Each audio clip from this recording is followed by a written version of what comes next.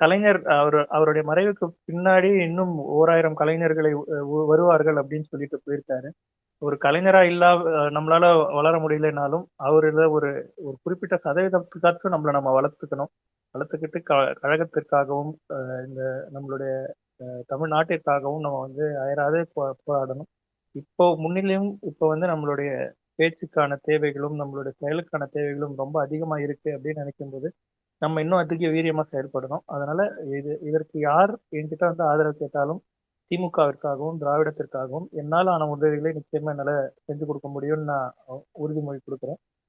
இன்று நம்ம ஸ்பேஸ்ல வந்து ஒரு 2 ட்விஸ்ட்னு சொல்லியிருந்தோம்.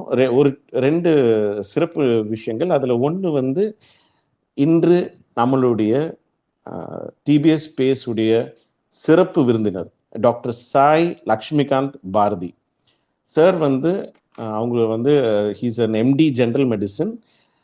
அவங்க வந்து அவங்களுடைய ஓன் மருத்துவமனை வச்சுருக்காங்க. அவங்க அதுலேருந்து he's practising for more then 12 years அவங்க பண்ணுறாங்க.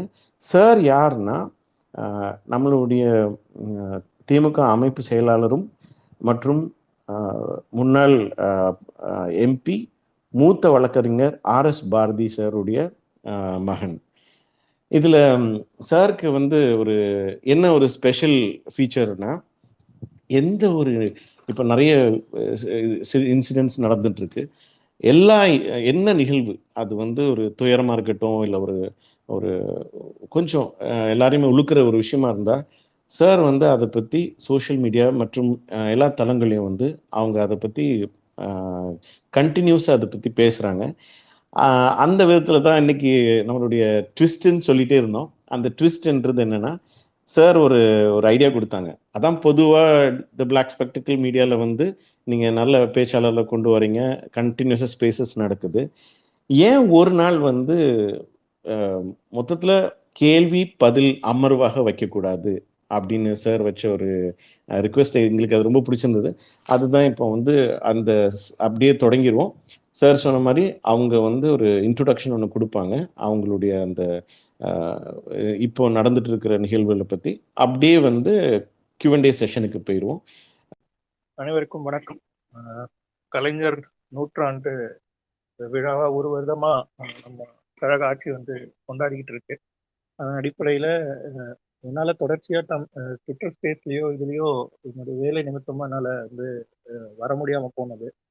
இன்னைக்கு அதற்கான ஒரு வாய்ப்பை அமைத்து கொடுத்த பிளாக் ஸ்பெக்டக்கிள் குழுவினருக்கும் நண்பர்களுக்கும் என்னுடைய முதற்கு நன்றியை தெரிவித்துக் கொள்கிறேன். முதல்ல எது சொல்லி ஆரம்பிக்கணும் அப்படின்னு கேட்டீங்கன்னா, 2 வருஷம் நம்ம வந்து ஆட்சியை கம்ப்ளீட் பண்ணி இப்போ 3வது வருஷத்துல அடியெடுத்து வச்சிருக்கோம். அப்படி இருக்கும்போது எந்த ஒரு ஆட்சியுமே 100% எல்லாரையும் வந்து திருப்திப்படுத்தக்கூடிய ஒரு ஆட்சியா இருக்குமா அப்படின்னு கேட்டீங்கன்னா, உலகத்தில் இதுவரை தோன்றிய எந்த ஆட்சியும் அந்த மாதிரி இருந்தது கிடையாது, இனிமேலும் இருக்க போறது கிடையாது. ஏன் அப்படின்னு பார்த்தீங்கன்னா, ஒரு இதுல வந்து 100 பேர் இருக்காங்க, ஒரு ஊர்ல 100 பேர் இருக்காங்க அப்படின்னா அதுல 10 பேர் ஆதிக்கம் செலுத்திக்கிட்டு இருப்பான், 90 பேர் வந்து அடிமையா இருப்பான். அவங்களுக்கு ஏதோ ஒரு விதத்துல அடிமையா இருப்பாங்கன்னு வச்சுக்கோங்க. இப்போ அந்த 90 பேரை நம்ம காப்பாற்றணும்னு நினைக்கும் போது நிச்சயமா அந்த 10% அந்த 10 பேர் வந்து பாதிக்கப்படுவான். அவன் பாதிக்கப்பட்டால்தான் இந்த 90% மக்களுக்கு வந்து அந்த 90 பேருக்கு வந்து நல்லது செய்ய முடியும். அப்படின்னும் போது அந்த 10 பேரை பகைத்துக் கொள்வதில் நம்ம வந்து எந்த விதமான சமரசமும் செஞ்சுக்காம தைரியமா அதை வந்து செய்யலாம். அதைத்தான் இப்போதைய கழக அரசு செய்து கொண்டிருக்கிறது. நம்மளுடைய மாநிலத்தை பொறுத்த வரைக்கும் என்னன்னா, அந்த 10%ன்றது வந்து வெறும் ஒரு 3% தான்.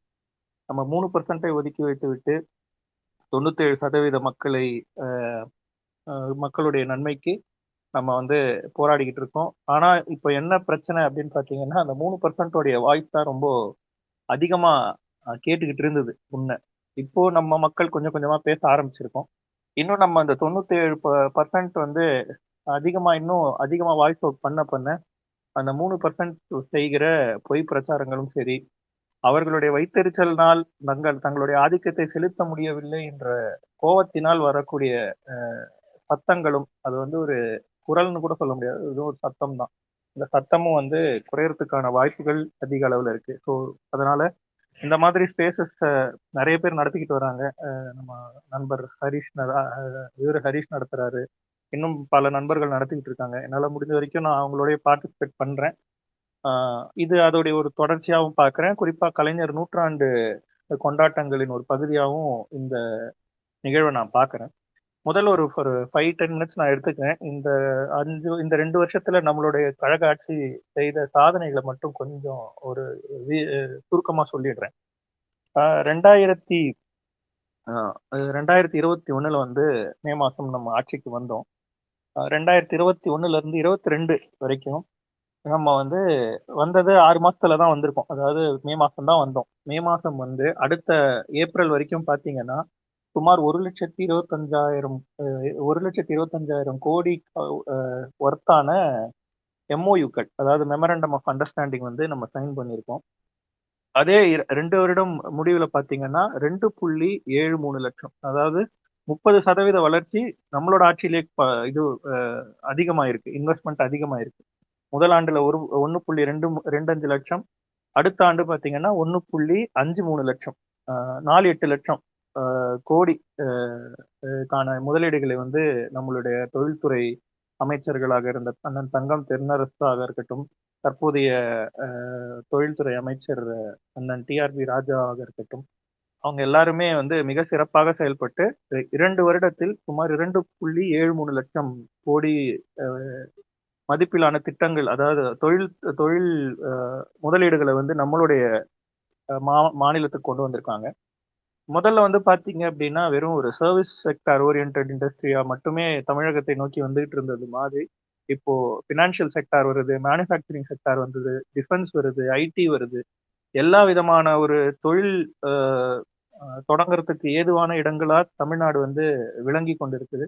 அதற்கு மிக முக்கியமான காரணம் என்னன்னு பாத்தீங்கன்னா, திமுக அரசின் மீது மற்ற தொழில் முனைவோர்களுக்கு இருக்கிற நம்பிக்கை தான் முக்கியமான காரணமா நான் நினைக்கிறேன். இதன் மூலமா பாத்தீங்கன்னா சுமார் 2.73 லட்சம் லட்சம் பேருக்கு வந்து வேலை வாய்ப்புகள் உருவாக்கி இருக்கிறாங்க. இது வந்து 2022 2023க்கான இது மட்டும்தான். 2022க்கான இது மட்டும்தான் நான் சொல்லியிருக்கேன். இன்னும் 2023க்கான டேட்டா என் கையில இல்ல. அது வரும்போது இன்னும் நம்ம வந்து சிறப்பாக செயல்பட்டிருப்போம் அப்படின்றது தான் வந்து என்னால சொல்ல முடியும். நீங்க வரிசையா மினிஸ்ட்ரி ஆஃப் ஐடி இதுல பாத்தீங்க, அபிஷியல் ஐடியில பாத்தீங்க அப்படின்னா தினம் தினம் 1000 கோடி, 2000 கோடி, 3000 கோடி அப்படின்ற மாதிரி தொழில் முதலீடுகள் தமிழ்நாட்டை நோக்கி வந்த வண்ணமே இருக்குது. இதுக்கு முத்தாய்ப்பாக என்ன நடக்க போகுது அப்படின்னு பாத்தீங்கன்னா, இந்த ஜனவரி 7, 8 குளோபல் இன்வெஸ்டர்ஸ் மீட் அப்படின்றது வந்து தமிழ்நாடு அரசின் சார்பா முதலீடுகளை ஈர்க்க தமிழ்நாடு அரசு திட்டமிட்டு இருக்கிறது. அதன் மூலமா பாத்தீங்கன்னா நிச்சயமா 3 லட்சத்துல இருந்து 4 லட்சம் கோடிக்கான தொழில் முதலீடுகள் தமிழ்நாட்டை நோக்கி வரும். இதனால் அதிக தமிழர்கள் வேலைவாய்ப்பை பெற்று தமிழ்நாடு தொழில் வளர்ச்சியில் ஏற்கனவே நம்ம முதன்மை மாநிலமா தான் இருக்கோம். இன்னும் யாரும் எட்டி பிடிக்க முடியாத அளவுக்கு ஒரு வளர்ச்சியை நம்ம அடைவோம் அப்படின்றது வந்து நிச்சயமா நம்மளால சொல்ல முடியும். நம் தலைவருடைய $1 trillion 3 trillion எக்கானமியை நோக்கி நம்மளுடைய கனவு வந்து 2030ல வந்து நிச்சயமா நம்மளால சாதிக்க முடியும் அப்படின்ற நம்பிக்கையை வந்து இதன் மூலமா ஏற்படுத்தியிருக்காரு. அடுத்த துறை எதுன்னு பாத்தீங்கன்னா கல்வித்துறை. கல்வித்துறையில பாத்தீங்கன்னா இப்போ சின்ன சின்ன பிரச்சனைகளை வந்து நம்ம பூதாகரமா பேசிக்கிட்டு இருக்கோம். அங்கங்க தினமலரை வந்து அந்தந்த ஏரியால இருக்கிற அதிகாரிகள் வந்து ப்ரமோட் பண்றதை வந்து பார்த்துட்டு அதை நம்ம சுட்டி காட்டும் போது அதற்கான நடவடிக்கையும் எடுக்கப்படுது. நம்ம சுட்டி காட்டுறதோட நிறுத்திக்கிறோம். அதை பற்றின நடவடிக்கை எடுக்கும்போது அதை வந்து நம்ம வெளியே சொல்லாம இருக்கிறோம். அப்படி இருக்கோம் அப்படின்னா என்ன ஆகுது அப்படின்னு பாத்தீங்கன்னா, நம்மளுடைய இதுலயே சங்கிங்க வளர்றாங்கன்ற ஒரு இம்ப்ரெஷனை தான் நம்ம கிரியேட் பண்ணிக்கிட்டு இருக்கோம். நம்ம அந்த சுட்டி காட்டுறதோட நம்மளுடைய வேலை நின்று விடாமல் அதற்கு எடுக்கப்பட்ட நடவடிக்கைகளையும் நம்ம வந்து அதிக லெவல்ல சொல்லணும் அப்படின்னு நினைக்கிறேன். இதெல்லாம் சின்ன சின்ன நிர்வாக சிக்கல்கள். ஏன்னா கடந்த 10 ஆண்டுகள் அதிமுக ஆட்சியில் எல்லா மட்டத்திலும் சங்கிகளை வந்து நிரப்பி இருக்கிறார்கள். குறிப்பா கல்வித்துறையா இருக்கட்டும், மின் பகிர்மான துறையா இருக்கட்டும், எல்லா இடத்துலயுமே பாத்தீங்கன்னா சங்கிங்க வந்து மலிஞ்சு போயிருக்காங்க. இப்போ கூட ஒரு போக்குவரத்து துறை காவலர் ஒருத்தர் வந்து ராமராஜ்யம் பைத்தியகாரத்தனமா பேசி தன்னுடைய வாழ்க்கையை இழந்திருக்கிறார். இந்த மாதிரி நிறைய சங்கிகள் இன்னும் பேசி தங்களுடைய வாழ்க்கையை இழக்க வாழ்த்துக்கள் அப்படின்னு சொல்லிக்கிட்டு கல்வித்துறையில வந்து நம்மளுடைய தலைவர் முதலமைச்சர் ஆனதுக்கு பிறகு கொண்டு வந்த திட்டம் அப்படின்னு பாத்தீங்கன்னா, குறிப்பா இப்போ ரீசெண்டா பாத்தீங்கன்னா இந்த நான் முதல்வன் திட்டம் வந்து ஓராண்டு கம்ப்ளீட் ஆயிருக்கு. அதன் மூலமா எழுநூறுக்கும் மேற்பட்ட மாணவர்கள் வந்து உயர்கல்வியில சேர்றதுக்கான ஒரு வாய்ப்பை இந்த நான் முதல்வன் திட்டம் கொடுத்திருக்கு. இந்த நான் முதல்வன் திட்டத்தை பத்தி சொல்லணும் அப்படின்னா, அது வந்து ஒரு மென்டார்ஷிப் ப்ரோக்ராம். எந்த எந்த எந்த விதமான கல்வி வந்து நீங்க படிக்கலாம், எந்த விதமான கல்வி ஆப்பர்ச்சுனிட்டிலாம் இங்க இருக்குது அப்படின்றத சொல்றதோட மட்டும் இல்லாம, அந்த மாணவர்களுக்கு அவர்களுக்கு எந்த துறையில வந்து ஆர்வம் இருக்கோ அந்த துறையை தேர்ந்தெடுத்து அதற்கான ஸ்பெஷலிஸ்ட்டுகளை கூப்பிட்டு இண்டஸ்ட்ரி ரெடியா அவங்கள கொண்டு வர்ற ஒரு திட்டம் தான் நான் முதல்வன் திட்டம். இதன் மூலமா 2 அரசு பள்ளியில் படித்த மாணவர்கள் தாய்வான் யூனிவர்சிட்டியில ஃப்ரீ ஸ்காலர்ஷிப் மூலமா, அதாவது 100% அவங்க எந்த விதமான செலவும் இல்லாம அங்க போய் படிச்சுட்டு வர்ற ஒரு வாய்ப்பை வந்து இந்த நான் முதல்வன் திட்டம் ஏற்படுத்தி இருக்கு. வெளிநாடு பல்கலைக்கழகங்கள் மட்டும் இல்லாமல் உள்நாட்டு பல்கலைக்கழகம், தேசிய பல்கலைக்கழகங்களையும் பார்த்தீங்கன்னா சுமார் 200 மாணவர்கள் வந்து தேர்ச்சி பெற்றிருக்கிறாங்க.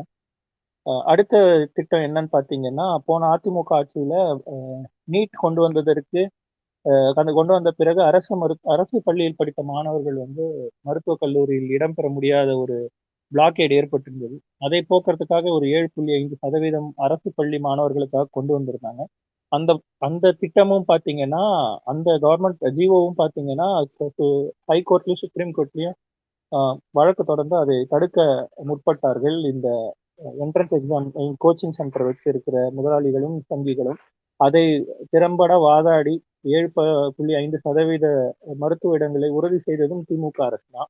நிச்சயமா அந்த 7.5%த்தில் கொண்டு வந்த அதிமுகவுக்கு நம்ம வந்து கொண்டு வந்திருந்தாலும் அதை உறுதிப்படுத்திய திமுகவிற்கும் அதில் சரிபாதி பங்கு இருக்கிறது. இன்னும் கேட்டா அதை விட அதிக பங்கு இருக்குன்னு சொல்லுவேன். ஏன் அப்படின்னு கேட்டீங்கன்னா, மருத்துவ படிப்பில் மட்டுமே கொண்டு வந்த அந்த 7.5% இடஒதுக்கீடை அனைத்து தொழிற்கல்விகளுக்கும் விரிவுபடுத்தியது வந்து நம்மளுடைய அரசு. ஸோ வெறும் அரசு பள்ளி மாணவர்கள் வந்து வெறும் மருத்துவர்கள் படிப்பில் மட்டும் இருந்த ஒரு ஆப்பர்ச்சுனிட்டியை இன்னைக்கு வந்து அண்ணா யூனிவர்சிட்டியா இருக்கட்டும், நாளை பின்ன எந்த என்ட்ரன்ஸ் எக்ஸாமினேஷன் கொண்டு வந்து நம்மளுடைய அரசு பள்ளி மாணவர்களுடைய வளர்ச்சியை தடுக்கணும்னு நினைச்சாலும் அது முடியாதபடி 7.5% வந்து பிக்சட் ஒரு கோட்டாவா ஒரு வர்டிகல் கோட்டாவா கொண்டு வந்துட்டாங்க. ஸோ அப்படி இருக்கும்போது நம்ம மக்கள் இன்னும் அரசு பள்ளிகளை நோக்கி இப்போ ஏற்கனவே கொரோனாக்கு அப்புறம் பார்த்தீங்கன்னா நிறைய பேர் அரசு பள்ளிகளை நோக்கி செல்ல தொடங்கி இருக்கிறார்கள்.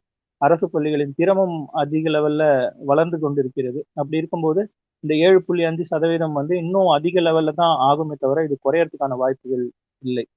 அந்த குறையறதுக்கான வாய்ப்புகள் இல்லாம இருக்கணும் அப்படின்னு பார்த்தீங்கன்னா நிச்சயமா திமுக ஆட்சி தொடரணும். அதற்காக நாம் அனைவரும் உழைக்கணும்.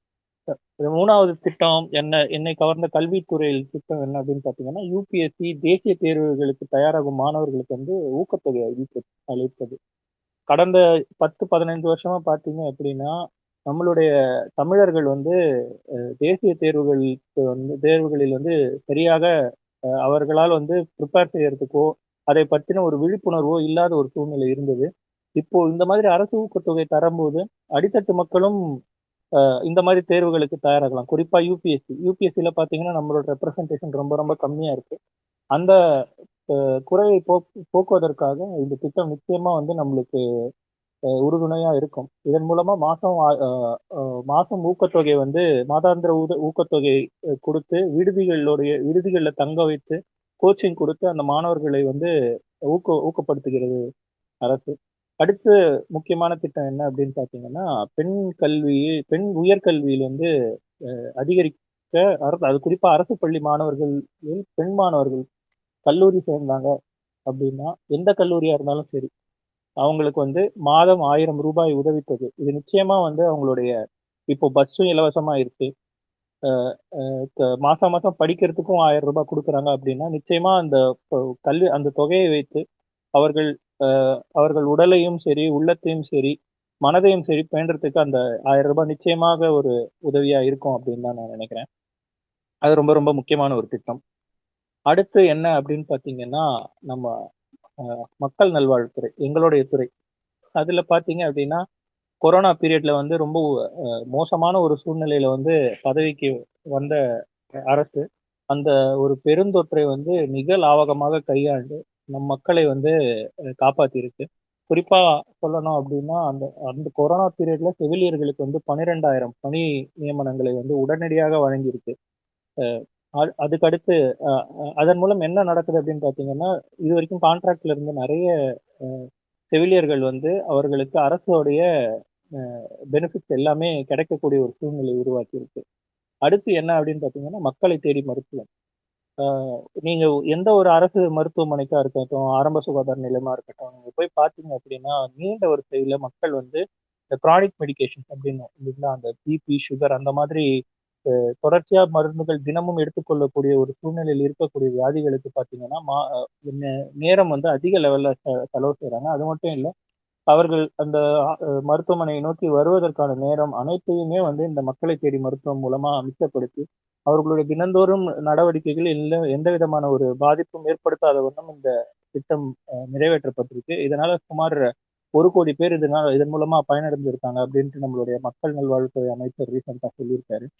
இன்னொரு முக்கியமான விஷயம் என்னன்னு பார்த்தீங்கன்னா, ஒரு இடத்துல கல்ல வச்சுட்டு 5 வருஷத்துக்கு மேல ஒரு ஹாஸ்பிட்டலே கட்ட துப்பு இல்லாம இருக்க ஒன்றிய அரசா இருக்கட்டும், இதற்கு முன்னாடி அதற்கு எந்த விதமான அழுத்தமும் கொடுக்காத அவர்களுடைய கூட்டணியிலே இருந்த முன்னாள் அ அ மு நமக்கு முன்னாடி ஆட்சியில இருந்த ஆளுங்கட்சியாக இருந்த அதிமுகவா இருக்கட்டும், செய்ய முடியாத ஒரு சாதனை. அ பதவியேற்ற 1 1/2 ஆண்டுகளில் கலைஞர் நூற்றாண்டு பன்னோக்கு மருத்துவமனை வந்து கிண்டியில மிக சிறப்பா அ எழுப்பி எழுப்பியிருக்காங்க. இத வந்து அவர்களால வந்து எந்த அளவுக்கு அ ஒரு நிர்வாக திறமை இருந்தா இது சாத்தியமாயிருக்கு. எந்த விதமான ஒரு நிர்வாக திறமையுமே இல்லாம ஒரு ஒன்றிய அரசு நம்மளை ஆண்டு கொண்டிருக்கிறது என்பதை இதற்கு மேல தங்களுடைய செயலால் வந்து சுட்டிக்காட்டவே முடியாது அப்படின்றத வந்து என்னால அத பார்க்க முடியுது. அடுத்து என்ன அப்படின்னு பார்த்தீங்கன்னா, நம்மளுடைய உட்கட்டமைப்பு வசதிகள். நான் சென்னை வாசின்றதுனால என்னால நேரடியா கடந்த 10 வருஷமா வெறும் ரோட போடுவானுங்க. போட்ட ரோடையே மேல தோண்டி திரும்ப திரும்ப போட்ட ரோடையே தான் போட்டுக்கிட்டு இருப்பாங்களே தவிர, உட்சாலைகள், அ அ வழிப்புற சாலைகள் அதுலலாம் எதுலயுமே எந்த விதத்திலயும் வந்து அ அ அ ஒரு டெவலப்மெண்ட்டே இல்லாம இருந்தது.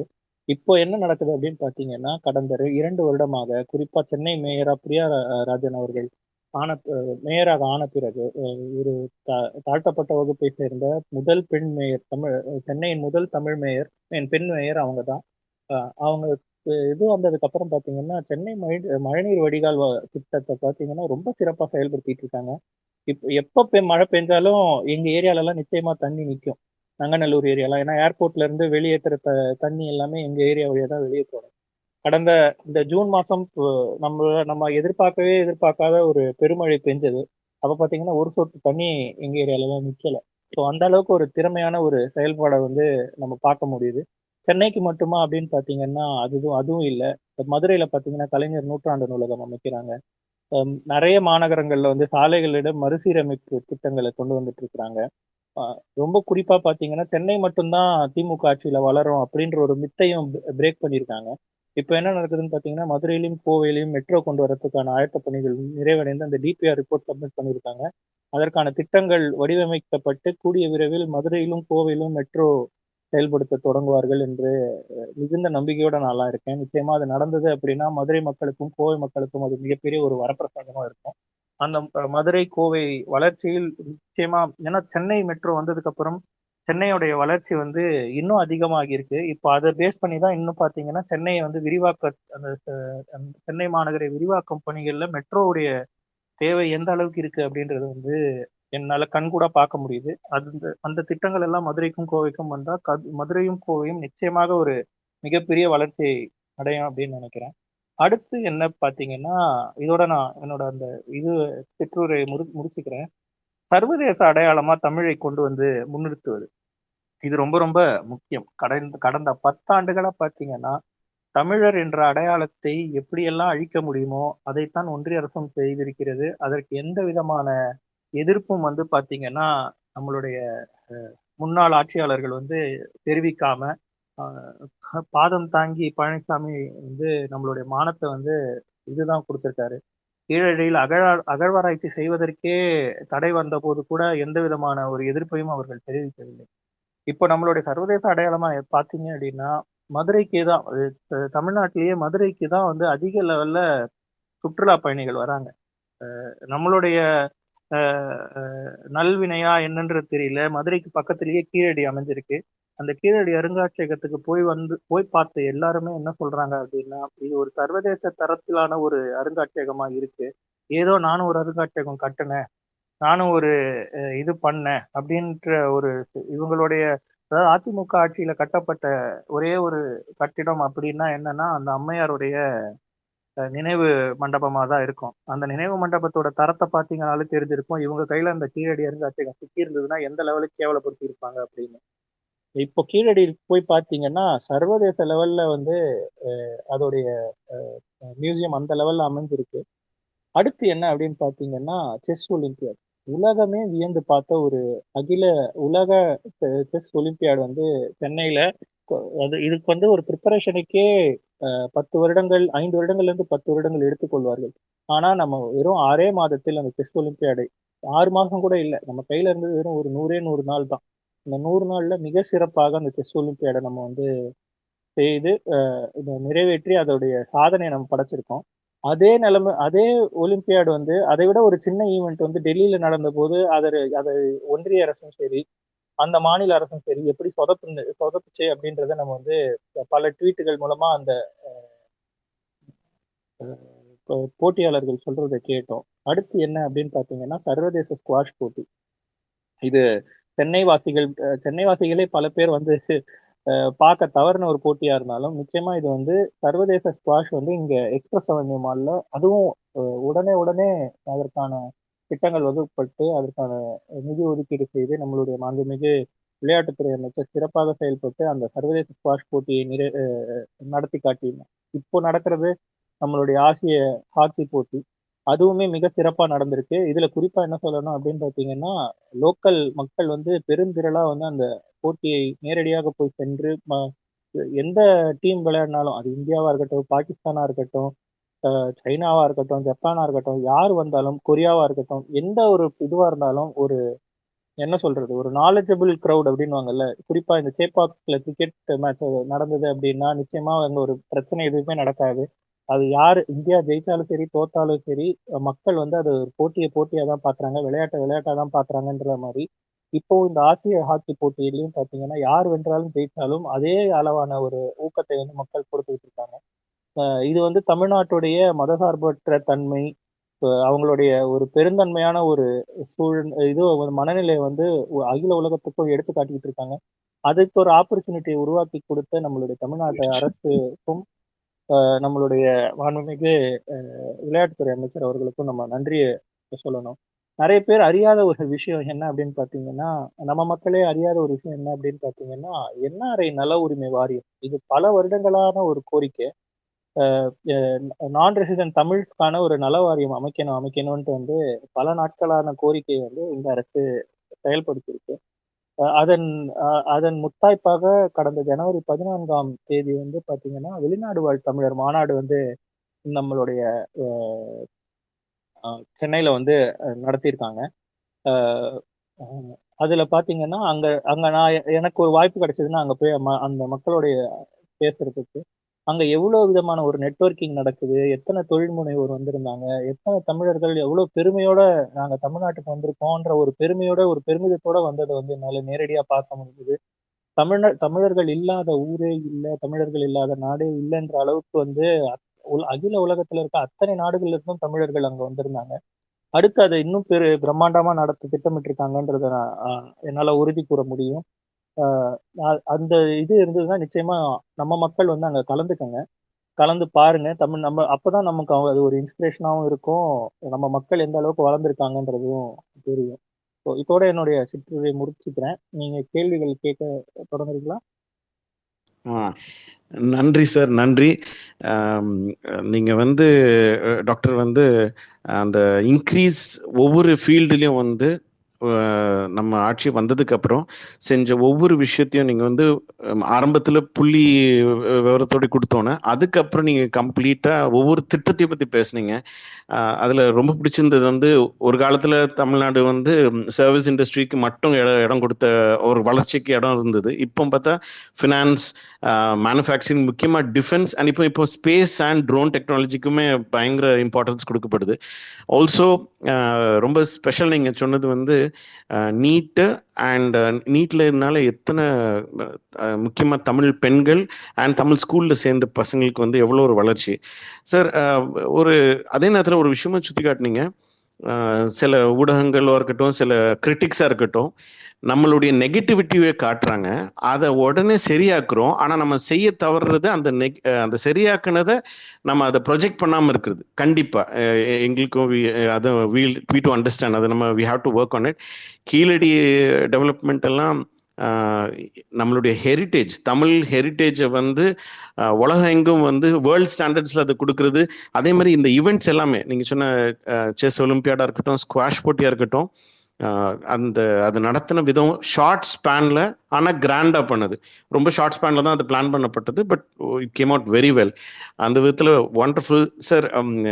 இது கேள்வி கேட்குறதுக்கு நான் தொடங்குற ஒரு கேள்வி சார். நீங்கள் வந்து நம்ம மக்கள் தேடி மருத்துவம் சொன்னீங்க, மக்களை தேடி மருத்துவம்.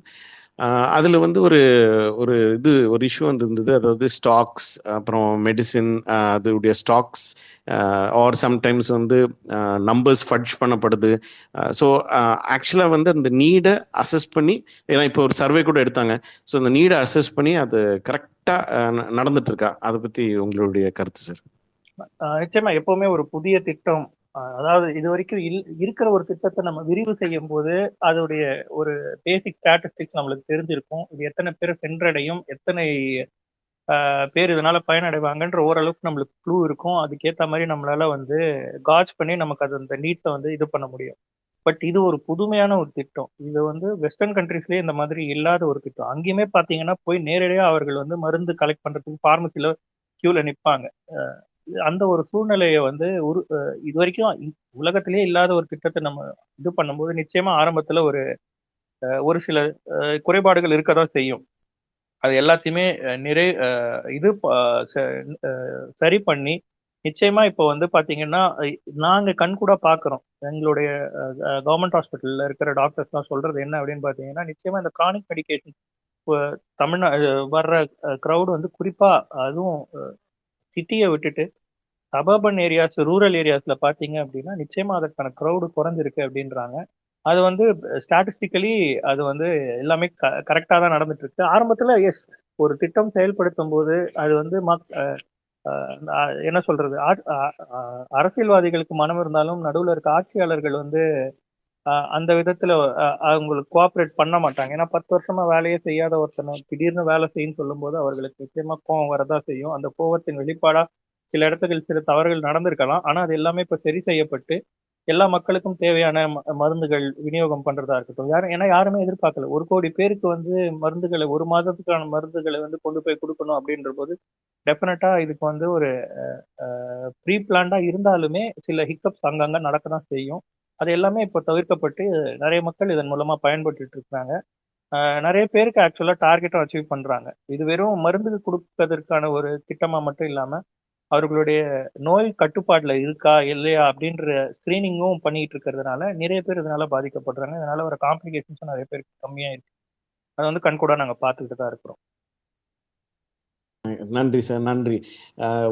நம்ம ஆட்சி செய்கிற ஒரு முக்கியமான விஷயம் அந்த ஒரு கான்ஃபிடென்ஸ். இப்போ நீங்கள் சொன்ன மாதிரி மருத்துவத்துக்கு செலவழிக்கிற ஒரு அமௌண்ட்டு, க்யூவில் நிற்கிறது, அங்கே அதெல்லாம் தாண்டி இப்போ வந்து நம்மளே தேடி வந்து நம்மளுக்கு கேரும் ட்ரீட்மெண்ட்டும் கொடுக்குறாங்க.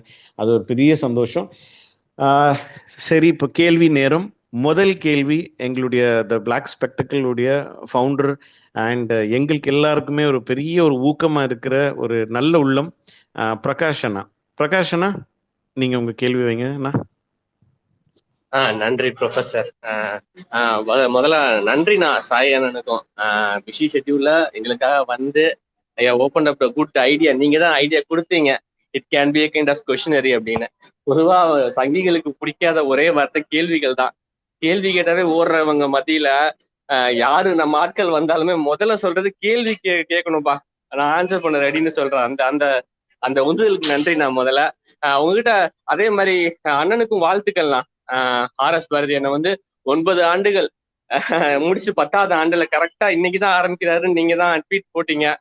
ஸோ அதுக்கும் வாழ்த்துக்களை சொல்லிட்டு 2 கேள்விகள்லாம். முதல் கேள்வி வந்து இந்த நீங்க வந்து மிடில் மேல இருந்திருக்கீங்க, பார்க்க முடியும். நீங்க உங்க தலைமைக்கிட்டயும் நீங்க பழக்கமா இருப்பீங்க, அடிமட்ட தொண்டன் கூட லிங்க் இருக்கும். ஸோ இந்த இந்த தலைவர் தொண்டன் அந்த லிங்கை நீங்க எப்படி நான் பாக்குறீங்க? ஆக்சுவலா அது ஆக்கப்பூர்வமா இருக்கா? இப்பெல்லாம் டிஜிட்டல் வேர்ல்டுக்கு வந்துட்டோம். இந்த இந்த டிஜிட்டல் வேர்ல்டுக்கும் இந்த முன்னாடி இருந்த அந்த அந்த இது சொல்லுவாங்க இல்லையா, தலைவர் தொண்டன் ரிலேஷன்ஷிப், அது அது எப்படி இருக்கு, இப்ப எப்படி மாறி போச்சு, இதுல இன்னும் பண்பட்ட மாதிரி எப்படி என்னென்ன பண்ணா நல்லா இருக்கும் அப்படிங்கிற உங்க ஐடியாவை சொன்னா நல்லா இருக்கும்னா. அதாவது நீங்க சொல்ற பாயிண்ட் எனக்கு I can try to understand. ஏன்னா முதல்ல நம்மளுடைய தலைவர்கள் எப்படி இருந்தாங்க அப்படின்னு பாத்தீங்கன்னா, ரொம்ப அடிமட்ட தொண்டனுடைய வந்து ரொம்ப க்ளோஸ் கான்டாக்ட்ல இருந்தாங்க. இப்போ வந்து அந்த மாதிரி இருக்க முடியலையே அப்படின்றதான் நீங்க கேக்குறீங்கன்னு நான் என்னால புரிஞ்சுக்க முடியுது. பட் அது என்னால வந்து அக்செப்ட் பண்ணிக்க முடியாது. ஏன் அப்படின்னு பாத்தீங்கன்னா, நீங்க அறிவாலயம் வரணும்ட்டு இல்லை, உங்களுடைய மாவட்ட செயலாளராக இருக்கட்டும், பகுதி செயலாளராக இருக்கட்டும், நீங்க நேரடியா போய் பேசக்கூடிய ஆட்களா தான் அவங்க எல்லாருமே. இது வந்து நான் ஹை லெவல் தலைவர்கள்னு சொல்லலை, லோ லெவல் தலைவர்களா இருக்கிறவங்க கூட எந்த இடத்துலயுமே கட்சி தொண்டன் அப்படின்றவன் தன்னுடைய, அவங்க திட்டுவாங்க, கோவப்படுவாங்க, பேசுவாங்க, அதெல்லாம் ரைட். ஆனா என்னைக்குமே அவங்கள புறக்கணிக்க மாட்டாங்க. நீங்க போய் அவங்க கேட்டு முன்னாடி நின்னீங்க அப்படின்னா நிச்சயமா அவங்க உங்களை பார்த்து 1 நிமிஷம் 2 நிமிஷம் பேசாம எந்த தலைவர்களுமே போக முடியாது. திமுகல அதுதான் உண்மை. அந்த மாதிரி போகக்கூடிய தலைவர்கள் ரொம்ப நாள் தலைவர்களா இருக்கவும் முடியாது திமுகல. புரியுதுங்களா? இங்க தொண்டன் வைப்பதுதான் சட்டம்.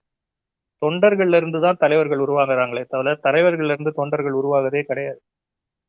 இந்த நீங்க முன்னாடி சொன்னீங்க எந்த எந்த மாதிரி ஒரு கனெக்ட் வந்து தலைவர்களுக்கும் தொண்டர்களுக்கும் இருந்தது அப்படின்ட்டு. அந்த கனெக்ட் இப்போ சோசியல் மீடியா வந்ததுக்கு அப்புறம் இன்னும் அதிகமா இருக்குன்னு தான் நான் நினைக்கிறேன். குறிப்பா போன வருடம் பாத்தீங்கன்னா, ஒரு மாதம் செப்டம்பர் மாதம் வந்து திராவிட மாதமா நம்மளுடைய டிஆர்பி ராஜா அண்ணன் வந்து, மாண்புமிகு அமைச்சர் டிஆர்பி ராஜா அண்ணன் வந்து கொண்டாடினாரு. அதுல பாத்தீங்கன்னா எல்லா தலைவர்களும் வந்து பேசினாங்க, எல்லா அமைச்சர்களும் வந்து பேசினாங்க.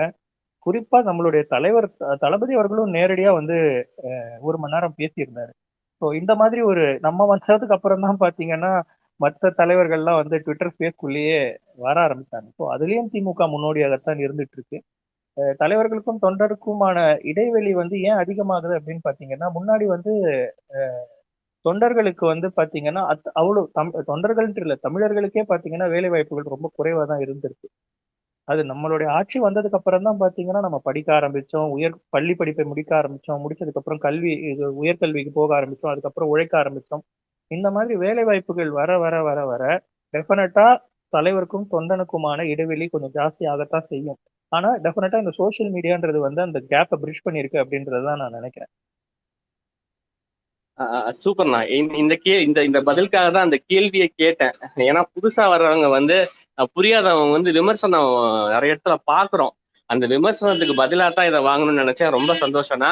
இங்க இப்ப இருக்கிற இதே ஸ்பேஸ்ல கேட்டுட்டு இருக்காரு இல்லையா, ஆர் செந்தில்குமார் அண்ணன், பாகூர் தொகுதி எம்எல்ஏ, அவரை போய் பார்க்கும்போது அவர் தான் ஓடி வந்தாரு என்கிட்ட. சோ இந்த தொண்டனுக்கும் அந்த தலைவனுக்கான இந்த உறவு தான் திமுக அப்படின்னு எனக்கு புரியும், மத்தவங்களுக்கும் புரியணும் அப்படிங்கிறதுக்காக தான் நான் கேட்டேன். ரொம்ப சந்தோஷம். அவங்க நான் அதான் சொன்னேன்ல, 97% வந்து பேசாம இருக்கிறதுனால 3% எழுப்புற சத்தம் தான் தமிழர்களோட வாய்ஸா நினைச்சுக்கிட்டு இருக்காங்க. நம்ம பேச ஆரம்பிச்சோம் அப்படின்னா அது வந்து நம்ம இன்னும் நிறைய தொடர்ச்சியா பேசுவோம். பேச பேசதான் இந்த பொய்கள் எல்லாம் முடியப்பட்டு உண்மை வெளிவரும். கண்டிப்பாண்ணா. அப்பாவையும் ஒரு தடவை கூட்டிட்டு வாங்க, நான் ஸ்பேஸ்க்கு ரொம்ப ஆவலா இருக்கும். நானே முந்திக்கிறேன், எல்லாரும் கேட்பாங்க, இருந்தாலும் நானே முந்திக்கிறேன். நன்றிண்ணா. முயற்சி பண்றேன். ரொம்ப நன்றிண்ணா. பிரகாஷ், இன்னொரு கேள்வி வச்சிருக்கீங்கன்னு சொன்னீங்க. ஒரு கேள்வி தானா? ஆமா ப்ரொஃபசர். Okay sir. ஓகே, ஒரு ப்ராக்டிக்கல் ஆன்சர்.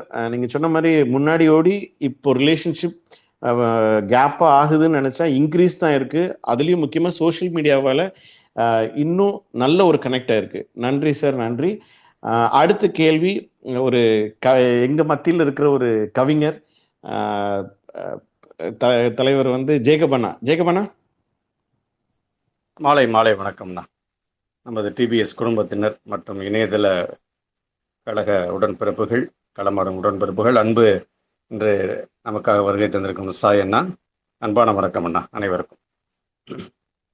என்னன்னா, அந்த தேர்தல் அறிக்கையிலனா அந்த கடந்த கால அந்த அடிமைகள் அரசின் இந்த ஊழல்களையும் குற்றங்களையும் விதிமீறல்களையும் அத்துமீறல்களையும் விசாரிக்க தனி நீதிமன்றம் அமைப்பேன் என்று தங்க தளபதி சொன்னார். அந்த இப்போ அதில் கொஞ்சம் இலகுவா இருக்கிறதோ என்று ஒரு சில மனத்தை தோணுகிறது. ஏன்னா தந்தை இறந்த பாரதி அண்ணெல்லாம் அவர் வழக்கு தொடர்ந்தால் அது வெற்றி, அந்த வெற்றியிலும் நீதி கிடைக்கும், அந்த நீதியிலும் அது நிலையான ஒரு ஒரு வளர்ச்சியை தான் கொடுக்கும். அந்த ஊழலுக்கு ஒரு அடித்தரமான ஒரு முற்றுப்புள்ளியை வைக்கக்கூடிய ஒரு தகுதி வாய்ந்தவர். அந்த அளவுக்கு ஒரு கட்டுக்கோப்பான அந்த புள்ளிகளை அதை இருக்கட்டும், புள்ளிகளோடு பேசுபவர், புள்ளிகளோடு அந்த வழக்காடுபவர். அப்படின்னும் பொழுது அந்த கடந்த கால ஊழல்களில் அதை இன்னும் விரிவுபடுத்தினாலும் விரைந்துபடுத்தினாலும் கொஞ்சம் நலமா இருக்கும். அது பழி வாங்குதல் அல்ல, யாரையும் போய் வீணா போய் பழி வாங்குதலோ இல்லை அவர்களுக்கு போய் தண்டனை கொடுக்க வேண்டும் என்ற எண்ணமோ நமக்கும் யாருக்கும் கிடையாது. ஆனால் வண்டி வண்டியாக அவர்கள் மேல் உள்ள ஊழல்கள் எழுத்துப்பூர்வமாக நமது கழகத்தின் சார்பாக கவர்னர் மாளிகையில் இருக்கிறது. அனைத்தும் வரலாறில் எழுத்துப்பூர்வமாக இருக்கிறது, நீதிமன்றத்திலும் இருக்கிறது. அதை விரைந்துபடுத்தினால் நலமா என்கிறது. ஏன்னா இந்த நூற்றாண்டு விழா நாயகன் முத்தமிழ் டாக்டர் கலைஞர் அவர்கள் பாணி, இந்த கேள்வி பதில் என்பது அவரே எழுதுவார், அவரே கேள்வி அவரே பதிலும் எழுதுவார். அந்த பாணி இந்த அண்ணன் தொடங்கி வைத்திருக்கிறார் சாயண்ணா. நன்றி அண்ணா. அது இந்த கடந்த கால ஊழல்களுக்கு இந்த ஏதாச்சும் ஒரு அதுக்குரிய தொடர்பு இருக்குமா? ஏன்னா கொடநாடும் பார்த்தீங்கன்னா இந்த அப்பப்போதான் செய்தி வருது, ஏதோ ஆய்வறிக்கை தந்து விட்டார்கள் என்று கூட ஒரு சமீபத்திய செய்தி படித்தோம். ஆனால் அதன் தாக்கம் இந்த ஊடகங்களிலோ மக்கள் மத்தியிலோ பேசப்படவில்லை. ஸோ நீதிமான்களாக்கப்படக்கூடாது அநீதியாளர்கள் என்பது என்னுடைய ஒரு அவா. அந்த அவாவிற்கு ஏதாச்சும் நீங்கள் அந்த நீதியின் வழியாக இது வேகப்படுத்தினால் நலமாக இருக்குமா என்பது உங்கள் மூலமாக தெரிந்து கொள்ள விரும்புகிறேன். நன்றி அண்ணா, வாய்ப்பிற்கு நன்றி. உங்களோட கேள்விக்கு சுருக்கமா பதில் சொல்லணும் அப்படின்னு பாத்தீங்கன்னா, 2024 அப்புறம் இந்த மாதிரி ஒரு கோரிக்கையை நமக்கு எழாது அப்படின்றேன். ஏன்னா அப்போ ரவி இருக்க போறது இல்லை, ஒன்றியத்திலையும் பாஜக இருக்க போறது இல்லை. இவர்களை இன்னைக்கு ஊழலுக்கு எதிராக நாங்க தான் இருக்கோம் அப்படின்ட்டு வெக்கமே இல்லாம சொல்லி கொண்டிருக்கிற பாஜகவும் ஆர்.என். ரவியும் தைரியம் இருந்தா நான் இந்த ஸ்பேஸ் மூலமா, என்ன ஒரு சின்ன ஸ்பேஸ் தானே, இதுல எல்லாம் என்ன பெருசா வீராவேசமா பேசுறீங்கன்னு நினைக்க வேண்டாம். இந்த ஸ்பேஸ் மூலமாவே நான் கோரிக்கை வைக்கிறேன். கோரிக்கை இல்லை, அவங்கள நான் சேலஞ்ச் பண்றேன். உங்களுக்கு உண்மையிலேயே நீங்க கரப்ஷனுக்கு அகேன்ஸ்டா இருக்கிறீங்க அப்படின்னா, ஊழலுக்கு அகேன்ஸ்டா இருக்கிறீங்க அப்படின்னா, தைரியமான ஆட்களாக நீங்க இருந்தீங்க அப்படின்னா, அதிமுக அமைச்சர்கள் மீது போடப்படக்கூடிய சார்ஜ் ஷீட்டை, அவர்கள் மீது நடக்கக்கூடிய விசாரணைகளுக்கு உடனடியாக ஆளுநர் அனுமதி கொடுக்கணும். அந்த இடத்துல போயிட்டு நீங்க உட்காந்துக்கிட்டு எல்லா விதமான தடுப்புகளையும் செஞ்சுக்கிட்டு நாங்க ஊழலுக்கு எதிராக பேசுறோம், ஊழலுக்கு எதிராக செயல்படுறோம் அப்படின்றது மோடி சுடுற வடையை போலத்தான் இதுவும். இந்த வடைகளுக்கெல்லாம் தமிழ்நாடு என்றைக்கும் அஞ்சாது. ஆனா அதிமுக காரங்களுக்கும் சொல்றேன், பாஜக காரங்களுக்கும் சொல்றேன், இதே நிலைமை 2024 இருக்காது. 2024 அப்புறம் நிச்சயமா ஒரு மேல ஒரு ஆட்சி மாற்றம் வரும், கண்டிப்பா வரும். அதற்கான இது நம்மளுக்கு தெரியுது, வாய்ப்புகள் அமைஞ்சிட்டு இருக்குது. அப்படி இருக்கும்போது நிச்சயமா இங்க உங்களுடைய அதிமுக நண்பர்கள் சிறை செல்வது உறுதி. ஏன்னா எல்லாமே டாக்குமெண்டட் எவிடன்ஸா மாட்டி இருக்கு. இதற்கு அனுமதி கொடுத்தாங்க அப்படின்னா நிச்சயமா நீதிமன்றத்தில் இவர்களுக்கு தண்டனை வருவது உறுதி. அதே சமயத்துல எந்த விதத்திலையும் அதிமுக காரர்களுக்கு மக்கள் மத்தியில் பாவம், ஐயோ இவங்க பாவம்டா அப்படின்ற ஒரு எண்ணம் மக்கள் மத்தியில் வராத அளவுக்கு தான் திமுக அரசு செயல்பட்டு கொண்டிருக்கிறது. எல்லாமே ஒரு புலி பதுங்குது அப்படின்னா நிச்சயமா அது பாயறதுக்காக தான். அந்த பாய்ச்சலுக்கு நம்ம கொஞ்சம் பொறுமையா தான் இருக்கணும் அப்படின்றது மட்டும் நான் சொல்லிக்கிறேன். நன்றி. மிக்க நன்றி அண்ணா, ஒரு வடை வைத்து விடை தந்திருக்கிறீர்கள். நன்றி.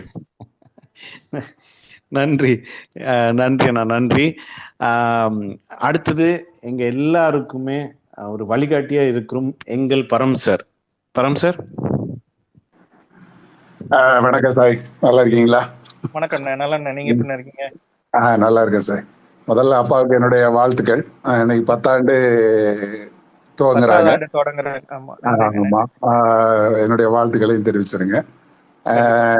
நிறைய உங்களுடைய கருத்துக்கள் எல்லாம் அருமையா இருந்தது. அதாவது சாதனைகளை சொல்லும் போது வழக்கமான சாதனைகள் அப்படிங்கிறத விட எதெல்லாம் முத்தாய்ப்பான சாதனைகள், இப்ப விளையாட்டுத்துறையில செஞ்சது, இதெல்லாம் நம்ம அதிகமா பேசாத ஒரு சாதனைகள், அதெல்லாம் கொடிச்சு அருமையா காமிச்சிங்க.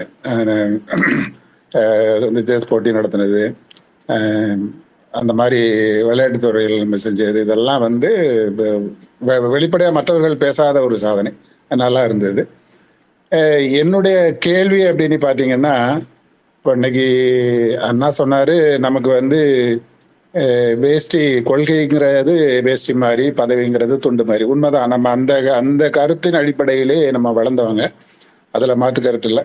நெருக்கடி நிலையை கூட நம்ம தைரியமாக எதிர்கொண்டு அந்த நேரத்துலையும் கூட நம்ம எதிர்த்து போராடணும், கட்சியை காப்பாற்றணும். இன்னைக்கும் நம்ம ஆளுங்கட்சியா இருக்கிறோம். அந்த அளவுக்கு நம்ம வலிமைப்படுத்திக்கிட்டே வந்திருக்கிறோம். அதனால எந்த காலத்திலயும் நம்ம யாருக்கும் பயப்படாது இல்லை. ஆனாலும் கூட ஒரு பதவியில இருக்கும்போது அந்த பதவி இருந்தாதான் மக்களுக்கு சில நன்மைகளை செய்ய முடியும் அப்படிங்கிறது யதார்த்தமான உண்மை. ஆனா தலைவர் எந்த பால் போட்டாலும் அடிக்கிறாரு. இப்ப நீங்க பாத்தீங்க அப்படின்னாச்சுன்னா இடி ரைடு, அமலாக்கத்துறை, சிபிஐ, அப்புறம் வந்து என்னென்ன வருமான வரித்துறை போன்ற விசாரணை அமைப்புகளை வைத்து எதிர்கட்சிகளை பூரா பாஜக அரசு ஒடுக்கிட்டு வருது. 2019 இருந்து தொடர்ந்து அதை செஞ்சுட்டு வருது. கிட்டத்தட்ட 3000 சோதனைகள், இடி சோதனைகள் எதிர்கட்சிக்கு மேல ஏவப்பட்டிருக்கு அப்படிங்கிற புள்ளி விவரத்தெல்லாம் தலைவர் பேசினார். இப்பவும் கூட நம்ம தமிழ்நாட்டில் அது நம்ம கட்சி அமைச்சர் மேல ஏவி அதுக்கான சோதனைகள்லாம் நடைபெற்று வருது. ஆனா அந்த மாதிரி சோதனை எதிர்கொண்ட மற்ற மாநிலங்கள் இருக்கக்கூடிய அரசுகள் எல்லாம் அப்படியே அடங்கி ஒடுங்கி போய்விட்டது. உதாரணமா எடுத்துக்கிட்டீங்கன்னா ஆந்திராவில் பார்த்தீங்க அப்படின்னு ஜெகன்மோகன் ரெட்டி வந்து அப்படியே ஒடுங்கி போயிட்டாரு. அதே மாதிரி தெலுங்கானா சந்திரசேகர் ராவ் வந்து அவர் பாஜகவுக்கு ரொம்ப வீரவசமா பேசிட்டு வந்தாரு. அவர் மக மேல அந்த இடி அமலாக்கத்துறை விசாரணை வந்த உடனே அவரும் கூட அப்படி அடங்கி ஒடுங்கி போயிட்டாரு. அந்த அந்த அடிப்படையில பார்த்தாச்சுன்னா இப்போ டெல்லியில அந்த மாநகராட்சி அதிகார பிரிப்பு சட்டத்தை வந்து அவங்க 2 பேருமே ஆதரிச்சு ஓட்டு போட்டிருக்காங்க. அந்த அந்த அந்த அளவுக்கு பணிஞ்சு போறாங்க, மற்றவங்க எல்லாம் பணிஞ்சு போறாங்க. ஆனா திமுக மட்டும் ஏன் திருப்பி அடிக்குது? இப்போ இன்னைக்கு ரைடு நடக்குன்னா தலைவர் இன்னைக்கு வந்து பாராளுமன்றத்துல பேசுற ஒன்றிய அமைச்சர்களானாலும் சரி, பிரதமரானாலும் சரி, திமுக என்று திமுகவை பற்றி தான். இன்னும் சொல்லப்போனா காங்கிரஸை தாக்கி பேசுறத விட திராவிட முன்னேற்ற கழகத்தை அதிகமாக தாக்கி பேசுகிறார். அந்த அளவுக்கு அவர்களுக்கு பயம் வந்திருக்கு அப்படிங்கிறதுல மாற்று கருத்து இல்லை. ஆனாலும் கூட நம்ம தலைவர் ஆட்சியை பற்றியே எதை பற்றியுமே கவலைப்படாமல் அது திருப்பி அடிக்கிறாரு. அந்த மாதிரியான ஒரு வலிமை தலைவருக்கு எப்படி வந்தது? திராவிட முன்னேற்ற கழகம்னா இப்படித்தானா? இது பற்றி உங்க கருத்து? இது என்னுடைய முதல் கேள்வி. இதுக்கு பால் சொல்லுங்க. அடுத்தது நீங்க கேட்ட கேள்வியிலேயே பதிலும் கடைசியா நீங்க சொல்லிட்டீங்க. திராவிட முன்னேற்ற கழகம்னாலே இப்படித்தானா? ஆமா, திராவிட முன்னேற்ற கழகம்னாலே இப்படித்தான். ஏன்னா மற்ற கட்சிகள் எல்லாமே ஆட்சி அதிகாரத்துக்கு வர்றதுக்காகத்தான் போராடுறாங்களே தவிர போராட்டத்தோட அவங்களுடைய போராட்டம் நின்றுடுது. ஆட்சிக்கு வந்துட்டு அவங்களோட போராட்டம் முடிவடைஞ்சிருது. ஆனா திமுகவை பொறுத்த வரைக்கும் ஆட்சிக்கு வருவது என்பது அவர்களோட கொள்கையை செயல்படுத்துறதுக்கான ஒரு வழிதானே தவிர ஆட்சி வந்து நம்மளுடைய இறுதி இலக்கு கிடையாது. என்னைக்குமே நம்ம ஆட்சியில இல்லைனாலும் இருந்தாலும் நம்மளுடைய கொள்கையை எந்த விதத்திலும் நம்ம விட்டு கொடுக்கறது கிடையாது. ஆளும் கட்சியா இருக்கும்போது கொஞ்சம் நம்ம ஆளுங்கட்சியா இருக்கிறோமே அப்படின்றதுனால கொஞ்சம் நம்ம டோன் டவுன் ஆகுமே தவிர எதிர்கட்சியா இருக்கும் போதுதான் நம்ம இன்னும் வீரியமா செயல்படுவோம். நீட் எதிர்ப்பா நம்ம நடத்தின போராட்டமா இருக்கட்டும், அதிமுக எப்பப்பெல்லாம் வந்து தமிழர்களுக்கு விரோதமா நடந்துக்குதோ அப்பப்பெல்லாம் நம்ம அதை சுட்டி காட்டுற நடத்துற போராட்டமா இருக்கட்டும், திமுக ஆளுங்கட்சியாகவும் இருக்கும்போதும் சரி, எதிர்கட்சியாகவும் இருக்கும்போதும் சரி, திராவிட கொள்கைகள் எந்த விதத்திலும் சிதைந்து விடாமல் பாதுகாத்து கொண்டுதான் இருக்குது. தலைவர் கலைஞர் இருந்த வரைக்கும் அவருடைய பேனா எழுதியதைத்தான் ஆட்சியாளர்கள் யாராக இருந்தாலும் சரி, திமுகவா இருந்தாலும் சரி, அதிமுகவா இருந்தாலும் சரி, மக்களுக்கு பயந்து கொண்டு நிறைவேற்றக்கூடிய ஒரு சூழ்நிலையை உருவாக்கினார். இன்னைக்கு என்ன நிலைமை அப்படின்னு பாத்தீங்கன்னா, அதிமுக என்ற ஒரு கட்சியே பாத்தீங்கன்னா ஆளுமைகள் தலைமைகளா இருந்த ஒரு கட்சி. அந்த ஆளுமைகள் மீது நம்மளுக்கு 1008 விமர்சனம் இருந்தாலும் எம்ஜிஆர்ன்றவர் ஒரு ஐகான், ஜெயலலிதான்றவங்க ஒரு ஐகான், புரியுதுங்களா? ஸோ அப்படி இருக்கும்போது அங்க ஒரு ஒன் மேன் ஷோ தான். அந்த ஒருத்தரை நம்ம கண்ட்ரோல் பண்ணிட்டோம் அப்படின்னா அந்த அவங்களுடைய லகான் யார் கையில இருந்தது அப்படின்னு பாத்தீங்கன்னா நம்மளுடைய தலைவர் கலைஞர் கையில இருந்தது. ஒன்ஸ் அந்த இடம் வேக்கண்ட் ஆனதுக்கு அப்புறம் எவனோ வர்றான் தலைவர்ன்றான், எவனோ வர்றான். கட்சியில வந்து அமைச்சரா இருக்கிறவங்க ஒருத்தவங்க பேசுறதே வந்து கட்சியுடைய கொள்கை இல்லை, அது அவருடைய தனிப்பட்ட கருத்துன்னு சொல்லக்கூடிய ஒரு கேவல காமெடியெல்லாம் வந்து அதிமுகவுல தான் நடந்துட்டு இருக்கு. அந்த மாதிரி ஒரு சூழ்நிலையில இனி அதிமுக எழுந்து வர்றதுக்கான வாய்ப்பே இல்லை அப்படின்ற போது தைரியமா நம்மளுடைய தலைவர் வந்து ஒரு அக்ரெசிவ் பாலிடிக்ஸ்ல இறங்கிட்டாரு அப்படின்றதுதான் நான் நினைக்கிறேன். நீங்க சொன்னீங்க ஆட்சிக்கு வந்தாதான் நம்மளை வந்து மக்களுக்கு நல்லது செய்ய முடியும் அப்படின்றது ஒரு உண்மையா இருந்தாலும், இப்போ இந்தியா இருக்கிற ஒரு சூழ்நிலையை பார்த்தீங்க அப்படின்னா ஆட்சிக்கு வந்து மக்களுக்கு நல்லதை செய்வதை விட ஒன்றியத்திலிருந்து உட்கார்ந்து கொண்டு நம்ம மக்களுக்கு தீங்கு செய்யாம தடுத்து ஒரு தடுப்பணையை உருவாக்குவதே நமக்கு இப்போ ஒரு மிகப்பெரிய வேலையா இருக்கு. ஏன்னா மணிப்பூர்ல நம்ம பாக்குறோம், அந்த மக்கள் இத்தனைக்கும் பாஜகவுக்கு தான் ஓட்டு போட்டிருக்காங்க. அந்த மக்கள் கடந்த 100 நாட்களாக அனுபவிக்கும் துன்பத்தை பத்தி நம்மளால வாயில இங்க பேச முடியாது. நம்மளோட அந்த வீடியோ போட்டோஸ் எல்லாம் நம்மளால பார்த்தாலும் கல் நெஞ்சும் கரைந்து போகக்கூடிய ஒரு மோசமான சூழ்நிலையை வந்து நம்மளால பார்த்துக்கிட்டு இருக்கோம். தமிழர்கள், குறிப்பா தமிழ்நாட்டுல இருக்க தமிழர்களுக்கு வந்து பாத்தீங்கன்னா, ஒன்றிய அரசு அது யாரா இருக்கட்டும், முன்னாடி வந்து காங்கிரஸ் போர்வை போத்தி கொண்டிருந்த RSS சங்கிகளா இருக்கட்டும், இப்ப ஓப்பனாவே சங்கிகளா இருக்கிற பாஜகவா இருக்கட்டும், எல்லாருக்குமே தமிழ்நாடுன்னா ஒரு வேப்பம் காய் தான். அவங்க அப்ப தமிழ்நாட்டுல அவர்களுக்கு கொஞ்சம் ஃப்ரீ ஹேண்ட் கொடுத்திருந்தா என்ன நடந்திருக்கும் அப்படின்றதான் தூத்துக்குடியில நம்ம எல்லாருமே பார்த்தோம். அனிதா மரணம் தொடர்ச்சியா வர நீட் மரணங்களும் அதைத்தான் எடுத்துக்காட்டு கொண்டிருக்கிறது. ஜல்லிக்கட்டு போராட்டத்தின் கடைசி நாள் எப்படி அவர்கள் போராட்டத்தை அடக்கினார்கள் என்பதை நம்ம பார்த்தோம். ஆனா அப்படியே நீங்க இப்ப கள்ளக்குறிச்சியில நடந்த ஒரு இதுவா இருக்கட்டும், எந்த இடத்துலயுமே பாத்தீங்கன்னா மக்களுக்கு எந்த விதமான போராட்டம் வந்து வன்முறைக்காடா மாறினாலும், இப்போ ரீசெண்டா நடந்த அந்த NLC போராட்டமா இருக்கட்டும், போலீஸ்காரர்களுடைய கைகள் வந்து கட்டப்பட்டிருக்கிறது. அது எதனால அப்படின்னா திமுக ஆட்சியில இருந்ததுனால. இதுவே அதிமுக ஆட்சியில இருந்திருந்ததுன்னா நிச்சயமா அங்க ஒரு 10 பேர் 15 பேர் அங்க ஒரு மரண ஓலங்கள் நம்ம கேட்டுக்கொண்டுதான் இருப்போம். அதையெல்லாம் தவிர்க்கக்கூடிய ஒரு சூழ்நிலையில தான் நம்ம இப்ப இருக்கிறோம். 2024 காட்சிகள் மேல மாறும்போது நிச்சயமா கீழேயும் காட்சிகள் மாறும். இன்னும் அக்ரெசிவா நம்ம செயல்படக்கூடிய ஒரு சூழ்நிலை தான் இருக்கும். நன்றி. நன்றி நன்றி சார். நன்றி சார், அருமையான பதில். ரெண்டாவது கேள்வி. பரம் சார், ஒரு சின்ன வேண்டுகோள் சார். இது நம்ம இவங்க எம்எல்ஏ நிற்கிறாங்க, எம்எல்ஏ சார் வெயிட் பண்றாங்க, ஒரு 2 நிமிஷம். ஓகே நான் கடைசியில் கூட கேட்டுக்கிறேன். Thank you sir, thank you.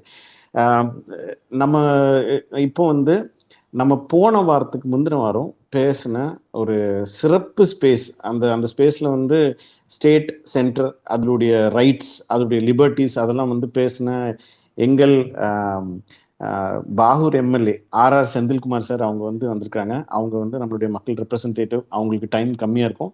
ஸோ அவங்களுக்கு இப்போ நாங்க உடனே ஸ்பேஸ் கொடுக்குறோம் சார். வணக்கம் வணக்கம் வணக்கம்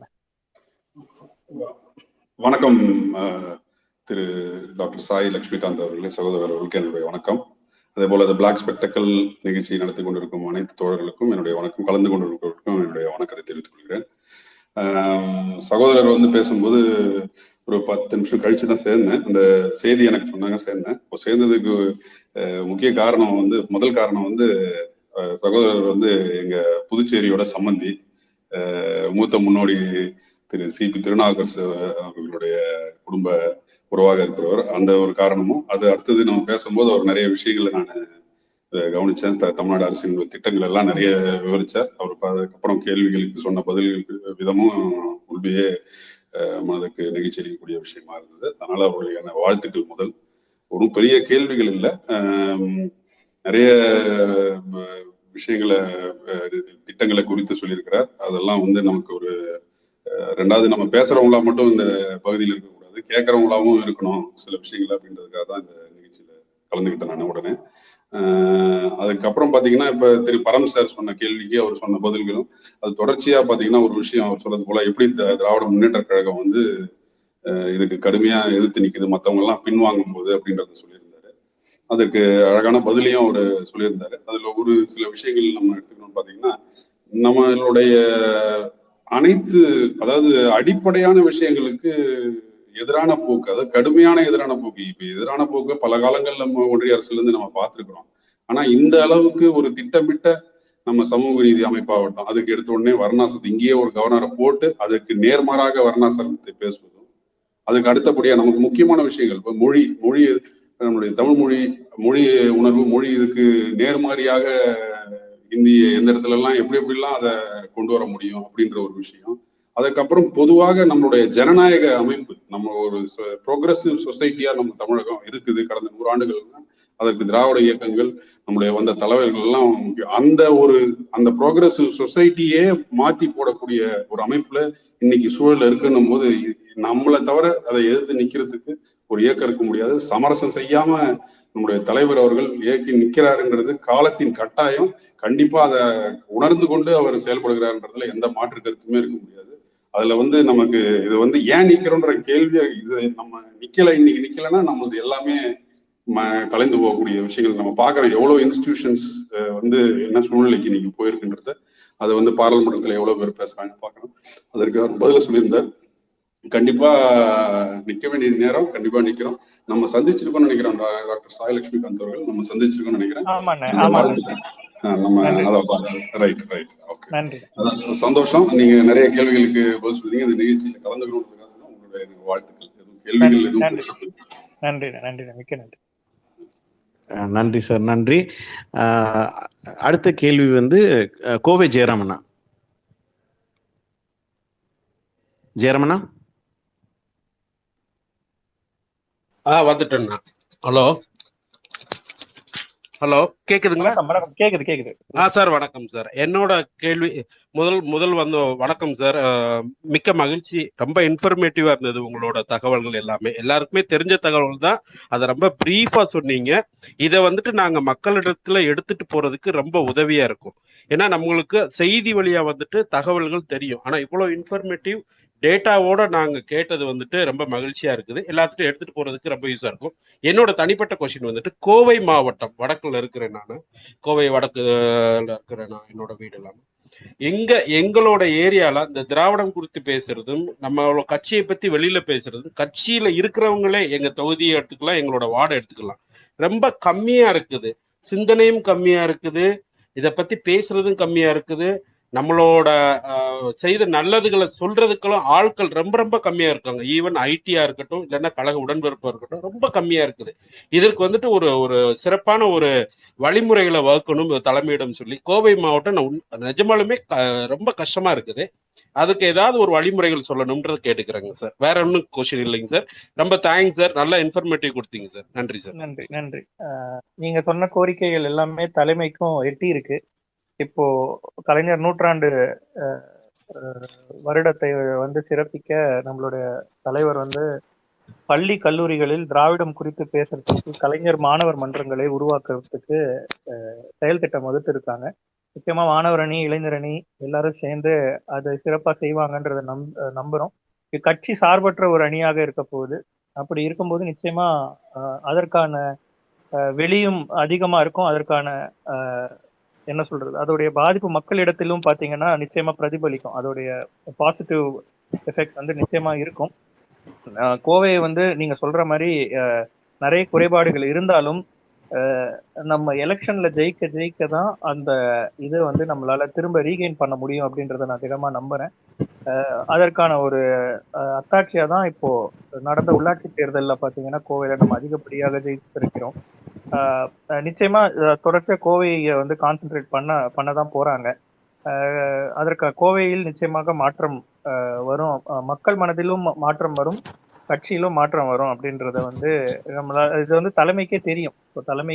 தலைமை ஒரு நிச்சயமா இதற்கான ஒரு நடவடிக்கை எடுப்பாங்க. நானும் என்னால முடிந்த அழுத்தங்களையோ கோரிக்கைகளையோ கொண்டு போய் முயற்சி பண்றேன். நன்றி சார். நன்றி சார். நாங்களும் வாலண்டரியா இருக்கிறது மீன்ஸ் ஏதாவது கொள்கைகள் சொன்னீங்கன்னா ஒரு பாடம் எடுக்கணும், ஒரு சின்ன மாதிரி பண்றீங்கன்னா நாங்களும் வாலண்டியரா இருக்கிறதுல ரொம்ப பெருமைப்படுறோம் சார். கட்டாயம் கலந்துக்கிறோம் சார். ஏதாவது ஒரு பொறுப்பு கொடுத்தீங்கன்னா அதை எடுத்து செய்யறதுக்கு கரெக்டா இருக்கும் sir. Thank you sir. Thank you so much. நல்ல ஒரு கொஸ்டின், நல்ல ஒரு ஃபோக்கஸ். இனிமேல் கோயம்புத்தூருக்கு இனி ஸ்பெஷல் ஃபோக்கஸ் வந்துடும். அடுத்த கேள்வி ரேசர் அண்ணா.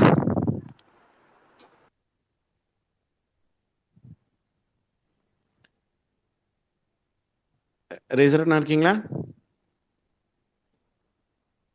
சரி, அப்போ ராவண் அண்ணா நீங்க அடுத்த கேள்வி வைங்கண்ணா.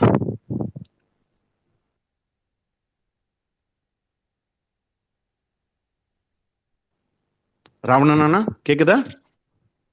ப்ளீஸ். வணக்கம் அனைத்து உடன்பிறப்புகளுக்கும், சாய் லட்சுமி அவர்களுக்கும் வணக்கம். நான் சொல்ற கருத்து எல்லாமே எனக்கு முன்னாள் பேசின எல்லா உடன்பிறப்புகளும் கேட்டாங்க. நான் அந்த உரையை வந்து ஒரு சின்ன ஒரு கவிதையோட ஆரம்பிக்கலாம் அப்படின்னு ஆசைப்படுறேன். சொல்லட்டுமா? ஓகே, சொல்றேன். அதாவது, நெடுவீதி என்கிற மண் பிறப்பித்து கலைஞர் எழுதிய கவிதை புறநானூற்றிலிருந்து 182வது பாடல். மலைவாழ தமிழுக்கும் மாண்புமிகு திராவிடருக்கும் தலை கொடுக்க தயங்காதவன் தாரணியின் புகழ் சேர்த்தான். கொள்கையும் வாய்ப்பிருந்தும் கொள்கை ஒன்றே உயிர் மூச்சாய் இடைக்குலையா நெஞ்சோடும் நெடும்பயனும் தொடர்ந்திடுவான். பெரியாரை துணை கொள்வான், ஏழையின் வழி செல்வான். திருமறவன் செடிகளை போல் பெரியவருடன் காண்போமா. இப்ப இதுல என்னன்னா, இது நம்ம முத்தமிழறிஞர் பெருவெளியை பத்தி அவர் இறப்புக்கு எழுதிய ஒரு உரைன்னா ஒரு கவிதை. அது பாத்தீங்கன்னா, இந்த கவிதையில பாத்தீங்கன்னா அவரை அவரோட இறப்புகளை இது பண்ணி சொல்லியிருப்பாரு. அப்படி சொல்லும் போது இந்த கவிதையில இன்னொரு என்ன வருதுன்னா, தன்னுடைய அரசியலுடைய இதையும் அதுல உள்ள தொகுச்சி எழுதியிருப்பாரு. அந்த பாடலோட இது வேற. அந்த பக்கத்துல நீங்க போய் பாத்தீங்கன்னா அந்த பாடலோட வரிகள் வேறையா இருக்கும். அந்த தலைவர் இதை அவரோட பாணியில எழுதியிருப்பாரு. ஆனா இதுல பாத்தீங்கன்னா இந்த கவிதை பின்னாளில் அவருக்கு கனக்கச்சிதமாக பொருந்தும். அப்படி ஒரு சிறப்புமிக்க ஒரு கவிதை. அப்புறம் இது அவ்வளவுதானா? இது இன்னொரு உங்கள்கிட்ட அண்ணன்ட்ட ஒரே ஒரு கேள்வி மட்டும். நீங்க எல்லாத்தையும் கேட்டாங்க. எனக்கு ஒரே ஒரு கேள்வி மட்டும்தான். நம்ம இந்தியா கூட்டணியின் தலைவர் நம்ம ராகுல் காந்தி அவர்களின் வருகையை பற்றி உங்கள் கருத்து என்னன்னா? நாடாளுமன்ற வருகை. நிச்சயமா நீங்க சொன்ன கவிதை பாத்தீங்கன்னா அண்ணாவுடைய மறைவுக்கு கலைஞர் எழுதின கவிதைக்கு ஒப்பானது. அது மட்டும் இல்ல, கலைஞர் அவருடைய இறப்பிற்கே அவரே எழுதின ஒரு கவிதை மாதிரிதான், அவரே எழுதின ஒரு அஞ்சலி மாதிரி தான் அந்த கவிதை இருந்திருக்கு. ஸோ அதாவது அவரை தவிர வேற யாராலையும் அந்த மாதிரி எழுத முடியாது. அவருக்கே உரித்தான ஒரு நடையும் அவருக்கே உரித்தான ஒரு வீரமும் அந்த கவிதையில இருக்கு. அது அவரை நினைத்துதான் அவரே எழுதியிருப்பாருன்றத என்னால புரிஞ்சுக்க முடியுது. மிக்க நன்றி அதை சொன்னதுக்கு. இன்னொன்னு இப்போ நீங்க கேட்ட கேள்வி பார்த்தீங்கன்னா, ராகுல் காந்தியோட வருகை. ராகுல் காந்தி 10 வருடத்துக்கு முன்னாடி இருந்த ராகுல் காந்தி இப்போது இல்லை அப்படின்றத நம்மளால நிச்சயமா உணர முடியுது. ஒரு நிதர்சனமான ஒரு அரசியல்வாதியா அவரை இப்ப பார்க்க முடியுது. முன்னாடி ஒரு அதாவது காங்கிரஸ் இருந்த ஒரு இதுல பாத்தீங்கன்னா, யூபிஏ கவர்மெண்ட் இருந்த போது இருந்த ராகுல் காந்தி இப்போ கிடையாது. நிறைய அரசியல் அனுபவங்களை இந்த கடந்த 10 ஆண்டுகள் அவர் பெற்றிருக்கிறார். அந்த பக்குவம் தான் அவரை இப்போ ஒரு சரியான பாதையை நோக்கி, கர்நாடகால அவங்களோட எலெக்ஷன் மேனிஃபெஸ்டோ பாத்தீங்கன்னா அப்படியே நம்மளுடைய எலெக்ஷன் மேனிஃபெஸ்டோ டிட்டோவா ஜெராக்ஸ் எடுத்துட்டு போன மாதிரி தான் இருந்தது. அதாவது காங்கிரஸ் இப்போ திராவிட மாடலை நோக்கி ஒரு அகில இந்திய கட்சி தேசிய நீரோட்டத்தில் இருக்கிற ஒரு கட்சி திராவிட மாடலை நோக்கி கொண்டிருக்கிறது. திராவிட மாடல் தான் சங்கிகளுக்கு எதிரான ஒரே கோட்பாடு அப்படின்றது காங்கிரஸ் புரிஞ்சிருக்குது. அப்படின்றது தான் மல்லிகார்ஜுன கார்கேயோட வெற்றியா இருக்கட்டும், கர்நாடக தேர்தலில் அவர்கள் செயல்படுத்த போறேன்னு சொன்ன திட்டமா இருக்கட்டும், எல்லாமே அதை நோக்கி தான் காங்கிரஸ் நம்ம தேசிய நீரோட்டத்தில் கலக்கணும்னு நினைச்சுக்கிட்டு இருந்த கட்சிகள்லாம் இப்போ நம்மளுடைய திராவிட நீரோட்டத்தில் கலந்து கொண்டிருக்கிறார்கள். திராவிடம் தான் தேசியத்தையும் காப்பாற்றும், இந்தியாவையும் காப்பாற்றும் அப்படின்ற ஒரு முடிவுக்கு காங்கிரஸ் மேலிடம் வந்திருப்பதை நம்ம நிச்சயமா வரவேற்க தான் செய்யணும்.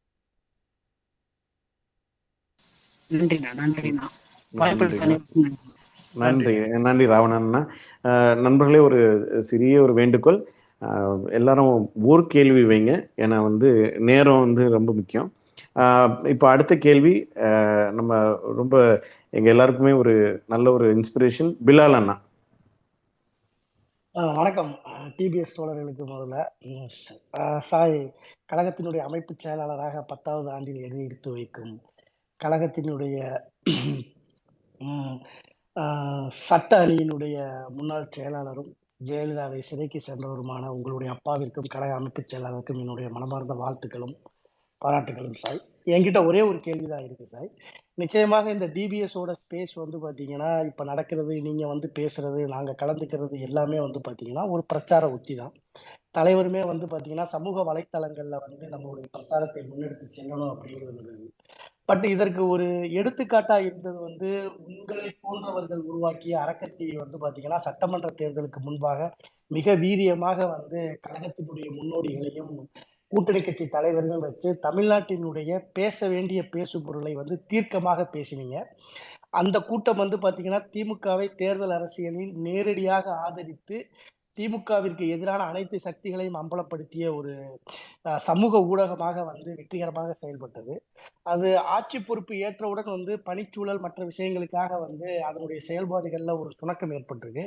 இப்ப 2024 பாராளுமன்ற தேர்தல் அப்படிங்கிறது வந்து பார்த்தீங்கன்னா, நிச்சயமா வந்து திமுக வந்து ஒரு அச்சாணியா இருக்கு. இந்தியா அப்படிங்கிற அந்த கூட்டணிக்கு. அதனுடைய பிரச்சாரத்திற்கு மீண்டும் அரக்கர் டிவியை வந்து நீங்கள் வந்து முன்னெடுத்துச் செல்வதற்கான சூழல்கள் இருக்கிறதா?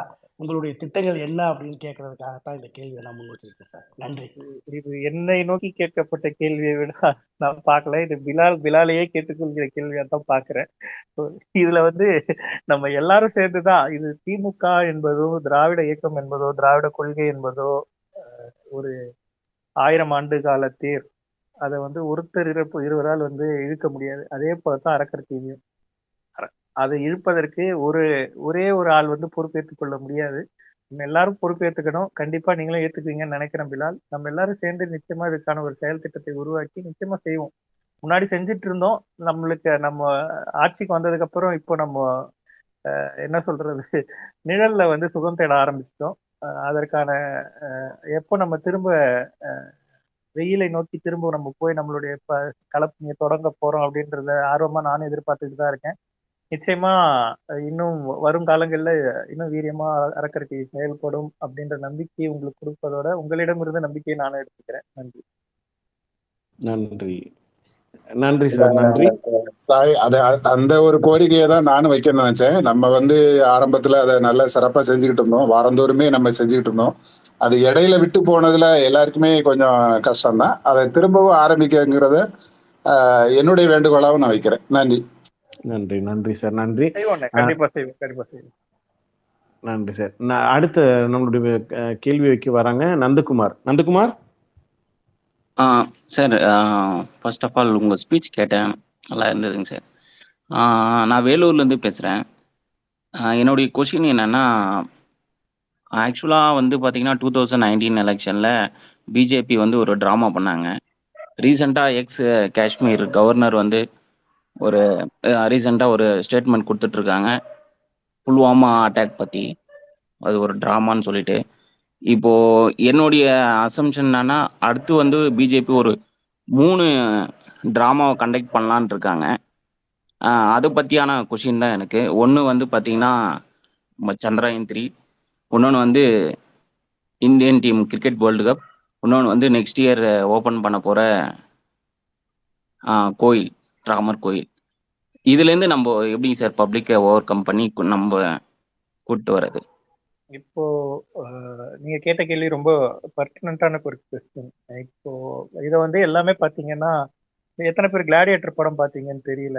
அந்த கிளாடியேட்டர் படத்துல வந்து பாத்தீங்கன்னா, அந்த கிளாடியேட்டர் சண்டையை கொண்டு வரதுக்கே என்ன ரீசன் அப்படின்னு பாத்தீங்கன்னா, ஆட்சி மீது மக்களுக்கு எந்த விதமான ஒரு அதிருப்தியும் வராம பாத்துக்கிறதுக்காக ஒரு டைவர்ஷனா தான் அந்த கிளாடியேட்டர் ஃபைட்டை வந்து திரும்ப ரோமன் எம்பரர் வந்து கொண்டு வருவாரு.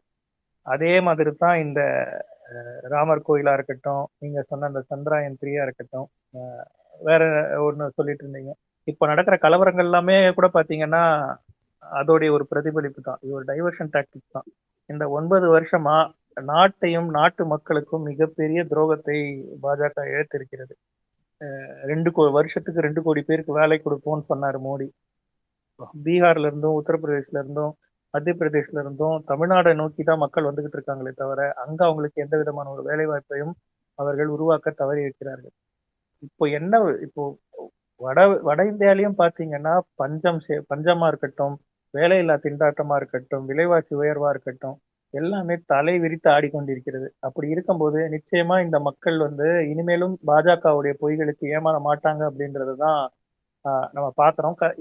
அதோடைய பிரதிபலிப்பா இந்த வருட இறுதியில் வரப்போற 4 மாநில தேர்தல்கள் வந்து நம்மளுக்கு நிச்சயமா அது வந்து பாஜகவுடைய தோல்வியின் தொடக்கமா கர்நாடகா எப்படி இருந்ததோ அதோட ஒரு தொடர்ச்சியா வந்து இந்த 4 மாநில தேர்தலும் இருக்க போகுது என்பதை வந்து நம்ம கண்கூடா பார்க்க போறோம். காங்கிரஸ் கடந்த 9 வருடமாக இல்லாத ஒரு எழுச்சியை வந்து ராகுல் காந்தியின் இந்த பாரத் ஜோடோ யாத்திரையா இருக்கட்டும், அநியாயமாக பழிவாங்கப்பட்ட ஒரு செயலா இருக்கட்டும், நிச்சயமா காங்கிரஸுடைய ஒரு இது வந்து பலத்தை வந்து இன்னும் அதிகரிச்சிருக்கு. மோடிக்கு பாஜகவிற்குள்ளேயே நடக்கக்கூடிய உட்கட்சி பூசல்களாலேயே அவர் நிறைய பாதிக்கப்பட்டிருக்கிறாரு. அது வெளியே என்னதான் தெரியாம இருந்தாலும் உள்ளுக்குள்ளேயே அது நீர் பூத்த நெருப்பா புகஞ்சிட்டு தான் இருக்குது. அந்த புகை நிச்சயமா ஒரு பெரு நெருப்பாக மாறி பாஜக என்ற ஒரு பாசிச சக்தி நம்ம கண் முன்னாடி நம்மளுடைய வாழ்க்கை இதுக்குள்ளேயே நம்ம வந்து நம்ம லைஃப் டைம்லயே நம்ம அந்த ஒரு பாசிச சக்தி அழியறத வந்து நம்ம பார்க்க போறோம். நிச்சயமா நம்ம அதை கொண்டாடக்கூடிய ஒரு சூழ்நிலையில தான் நம்ம இருக்கோம். நிச்சயமா அது நடக்கும். அந்த நம்பிக்கை இருக்குது. அந்த நம்பிக்கையை வைத்து மட்டும்தான் நம்ம முன்னோக்கி செல்ல முடியும். அந்த நம்பிக்கை நிறைவேறக்கூடிய ஒரு வாய்ப்பும் இப்ப நமக்கு அமைஞ்சிருக்குன்னு தான் நான் நினைக்கிறேன். Thank you thank you sir. சரியான விடை. அங்க கட்சிக்குள்ளாலேயே வந்து ஆட்டம் தொடங்கிட்டு கட்சியே சரிஞ்சிட்டு இருக்கு. அதனால அது ஒரு பெரிய ஒரு நமக்கு ஒரு மிரட்டல் இல்லை. நன்றி சார். அடுத்தது வந்து நம்ம ரேசர் அண்ணா. வணக்கம் சார், என்ன எப்படி இருக்கீங்க? வணக்கம். நல்லா இருக்கேன்.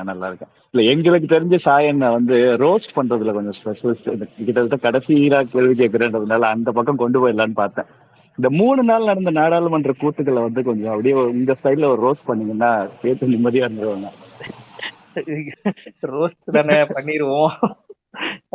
என்ன சொல்றது, அந்த ஆள் நமக்கு என்ன ஹிந்தியோ நம்மளுக்கு புரியாதா, அந்த ஆள் என்ன பேசுறான்னே தெரியாது. ஏற்கனவே வடை தான் சுட்டுக்கிட்டு இருந்தான், இன்னும் இப்பவும் வடை தான் சுட்டுக்கிட்டு இருக்கான்.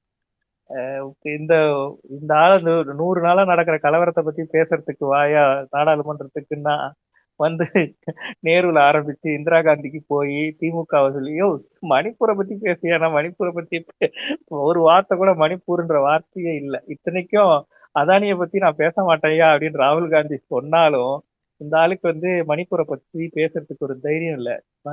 ஒரு மாநிலம் பற்றி எரிஞ்சுக்கிட்டு இருக்குது, அங்க போய் நான் உங்களுக்காக இருக்கேன்னு சொல்றதுக்கு கூட, இத்தனைக்கும் அங்க டபுள் இன்ஜின் சர்க்கார் தான் நடக்கிறது, இவங்களோட ஆட்சி பாஜக ஆட்சி தான். அப்படி இருக்கும்போது உன்னால அங்க போறதுக்கு தைரியம் இல்லையே.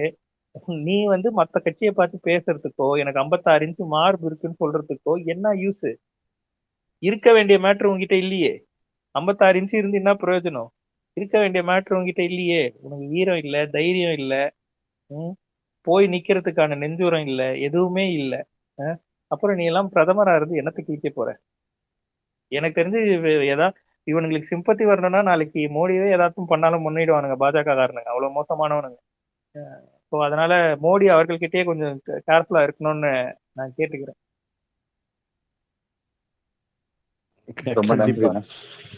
நல்ல சரியான ரோஸ் சார். உண்மையா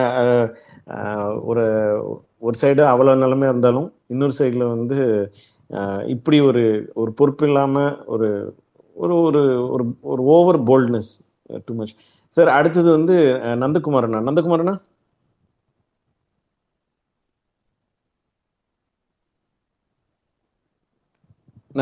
இருக்கிறீங்களா? சரி, அவங்க திருப்பி கொடுப்போம். திருவண்ணா, நீங்க உங்க கேள்வி கேளுங்கண்ணா.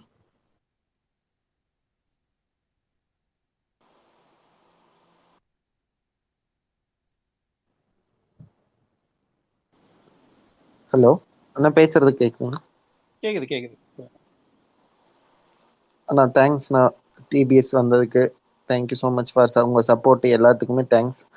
அண்ட் தென் என்னோட ஒரே ஒரு கேள்வி, நம்ம இவங்க கேட்டாங்களா இல்லைன்னு தெரில, எனக்கு கொஞ்சம் ட்விட்டர் ப்ராப்ளமாக இருக்குது, எந்த ஃபோட்டோ எதுவுமே தெரிய மாட்டேது, ப்ளஸ் கட்டாயி தான் வருது இந்த ஒரு 1, 2 or 3 வீக்ஸாகவே.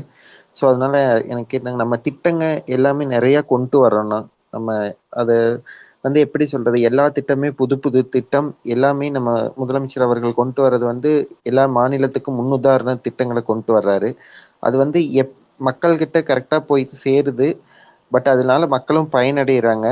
ஆனால் ஒரு சிலர் பண்ணுற தப்பு இதனால வந்துட்டு நமக்கு என்ன ஆகுதுன்னா, நமக்கே தான் கெட்ட பேர் ஆகுது. பட் அது வந்து எப்படி நம்ம இது பண்றோமா, இல்லை நமக்கு தேர்ந்தெடுக்கிறவங்க அப்படி இருக்காங்களா, இல்லை அந்த பொறுப்புல இருக்கிறவங்க நிறைய பேர் உன்னி சங்கிகளாவே இருக்காங்களா, அவங்க எப்ப மாத்தப்படுவாங்க, இது என்ன அப்படிங்கறதான?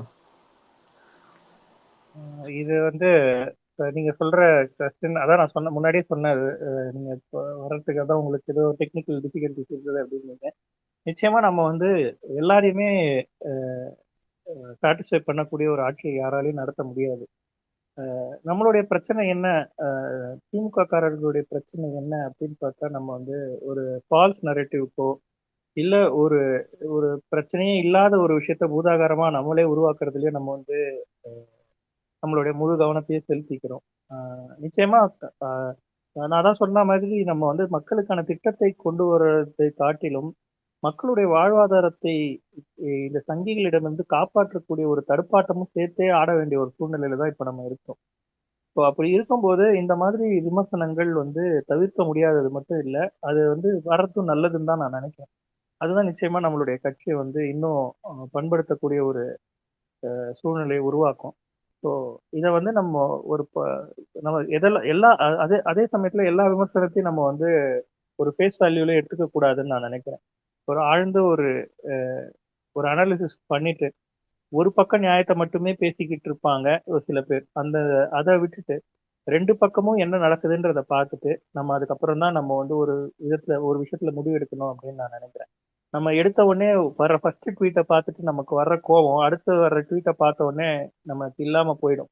ஸோ அதனால நம்ம கொஞ்சம் நம்மளுடைய விமர்சனங்களையும் சரி, ஒரு குறை சொல்றதா இருக்கட்டும், குற்றச்சாட்டுறதா இருக்கட்டும், ஏன் ஒரு விஷயம் இந்த மாதிரி நடக்குது அப்படின்றத அனலைஸ் பண்ணிட்டு நம்ம பேசுறது வந்து நம்மளுடைய பீஸ் ஆஃப் மைண்டுக்கும் நல்லது, நம்மளுடைய ஆட்சிக்கும் நல்லதுன்னு நான் நினைக்கிறேன். தேங்க்ஸ்ண்ணா. தேங்க்யூண்ணா. தேங்க்யூ. பரம் சார், நீங்க உங்களுடைய செகண்ட் கேள்வி வச்சிருங்க சார். ஓகே, நன்றி நன்றி ப்ரொஃபஸர். வேற ஒன்றும் நான் கேட்க விரும்பல. இந்த திராவிட மாடல் பற்றி தம்பி ஏற்கனவே சொன்னாங்க. திராவிட மாடலை வந்து காங்கிரஸ் அரசும் ஏற்றுக்கிட்டது அப்படின்னு சொல்லி சொன்னாங்க. காங்கிரஸ் அரசு மட்டுமல்ல, பாஜகவும் மெல்ல மெல்ல அதை நோக்கி அந்த வாக்குறுதிகள் எல்லாம் பின்பற்றக்கூடிய அளவுல மாறிட்டு இருக்கு. அது இந்தியா முழுதும் இந்த திராவிட மாடல் வந்துருமோங்கிற பயத்துல தான் அவங்க வந்து பாஜக வந்து திமுகவை கடுமையாக எதிர்க்கிறதா ஒரு பார்வை இருக்குது. இப்படி பாஜக திமுக அப்படிங்கிற அளவுக்கு களம் மாற்றி அமைக்கப்பட்டு வருதா? இது உண்மை, அது உண்மைதானா? அண்ணா திமுகவினுடைய எதிர்காலம் என்ன, அது பற்றி சாயுடைய கருத்து? காங்கிரஸ் வந்து திமுக இது வருதுன்றத இல்லாம தமிழ்நாட்டின் திராவிட முகமாக திமுக இருக்குது, தேசியத்தின் திராவிட முகமாக காங்கிரஸ் மாறி வருகிறது அப்படின்றது தான் இது என்னுடைய பதில். ஏன்னா திராவிட கோட்பாடுகளை விட்டா வேற வழி இல்லை அப்படின்ட்டு பெரும்பாலான வட இந்திய கட்சிகள் வந்து முடிவுக்கு வந்துட்டாங்க. இன்னுமே ஜாதி மதம் அப்படின்றத வச்சு அங்க இனிமேல் ஓட்டு வாங்க முடியாது அப்படின்றத வந்து அவங்களுக்கு புரிய ஆரம்பிச்சிருச்சு. ஏன்னா மதவெறியர்களும் சாதி வெறியர்களும் யாரை நோக்கி போவாங்க அப்படின்றது தெரிஞ்சிருச்சு. இனி நம்ம பாதிக்கப்பட்ட மக்களின் பக்கம் நிக்கணும் அப்படின்ற முடிவுக்கு எல்லா குறிப்பா இந்தியா கூட்டணியில இருக்கிற அனைத்து கட்சிகளும் ஒரு முடிவுக்கு வந்துட்டாங்க அப்படின்னு தான் என்னால கணிக்க முடியுது. அவர்களுடைய செயல்பாடும் சரி, அவர்களுடைய பேச்சும் சரி, நிச்சயமா அதே நோக்கி தான் இருக்குது. ரெண்டாவது கேள்வி என்னன்னு கேட்டீங்க? இல்ல, தமிழ்நாட்டுல களம் வந்து திமுக வெர்சஸ் பாஜக கட்டமைக்கிறாங்களே, அதிமுகவுடைய எதிர்காலம் என்ன அப்படின்னு ஆதிக்க சாதி வெறியர்கள் இருக்கிற வரைக்கும் அதிமுக நிச்சயமா இருக்கும்ல. ஏன்னா பாஜக வந்து அவர்கள் வந்து ரேஸ்ல ஓடாத ஒரு பொம்மை குதிரையை தான் பார்த்துக்கிட்டு இருக்காங்க இப்போ வரைக்கும். அண்ணாமலை என்னதான் நடந்தாலும் 100 கோடிகள்லாம் செலவு பண்றாரு அப்படின்றாங்க. ஆனா பொதுமக்கள் மத்தியில எந்த விதமான ஒரு ரீச்சும் அதுக்கு இல்லை அப்படின்றது தான் உண்மை. அவங்க ஏன்னா நீங்க ஃபார் எக்ஸாம்பிள் இப்போ ஜெயிலர் படமே எடுத்துக்கோங்களேன். சன் டிவி பார்த்தீங்கன்னா எந்த விதமான இன்ஃப்ளூயன்ஸையும் வந்து சோசியல் மீடியாவில் யூஸ் பண்ணவே இல்லை. அவங்களுடைய பலத்தை நம்பி மட்டுமே அந்த படத்தை ரிலீஸ் பண்ணியிருக்காங்க. அந்த படமும் நல்லா கலெக்ஷன் கொடுத்துருக்கு. ஆனால் இப்போ சின்ன சின்ன துக்கடா கம்பெனிகள்லாம் பார்த்தீங்கன்னா அவங்க மேலே கான்ஃபிடன்ஸ் இல்லாமல் போய் சோசியல் மீடியா இன்ஃப்ளூயன்சர்ஸ் காசு கொடுத்து அவங்களோட டின்னர் சாப்பிட்றது, அந்த பண்ணுறது இது பண்ணுறதுன்றது நம்ம பார்த்துக்கிட்டு இருக்கோம். சரிங்களா? ஸோ எந்த பொருளுக்கு வியாபாரமே ஆகாதோ அதற்கு தான் விளம்பரம் தேவை. எந்த பொருளுக்கு வியாபாரம் ஆகுமோ அதுக்கு விளம்பரம் தேவையே இல்லை. ஸோ என்னை பொறுத்த வரைக்கும் அதிமுக தான் நம்மளுடைய பிரதான எதிர்கட்சியாக இருக்கும். ஆதிக்க வெறியர்கள் இருக்கிற வரைக்கும் அதிமுகவுக்கு அவர்கள் செலவு செய்து கொண்டே இருப்பார்கள், அதற்கு ஆதரவு கொடுத்து கொண்டே இருப்பார்கள். ஸோ நம்ம வந்து அதிமுகவை பற்றி கவலைப்படுறதை விட்டுட்டு தமிழ்நாடையும் தமிழக மக்களையும் எப்படி நேர்வழிப்படுத்தி திராவிட பாதையில் இன்னும் வேகமாக செயல்படுத்த முடியுன்றதை பார்க்கணும். அது மட்டும்தான் நம்மளுடைய வேலையா இருக்கணுமே தவிர மற்ற கட்சிகளை பத்தி நம்ம பெருசா கண்டுக்க தேவையில்லை. அதிமுகவா இருந்தாலும் சரி, பாஜகவா இருந்தாலும் சரி, நம்ம எதிர்க்க தான் போறோம்.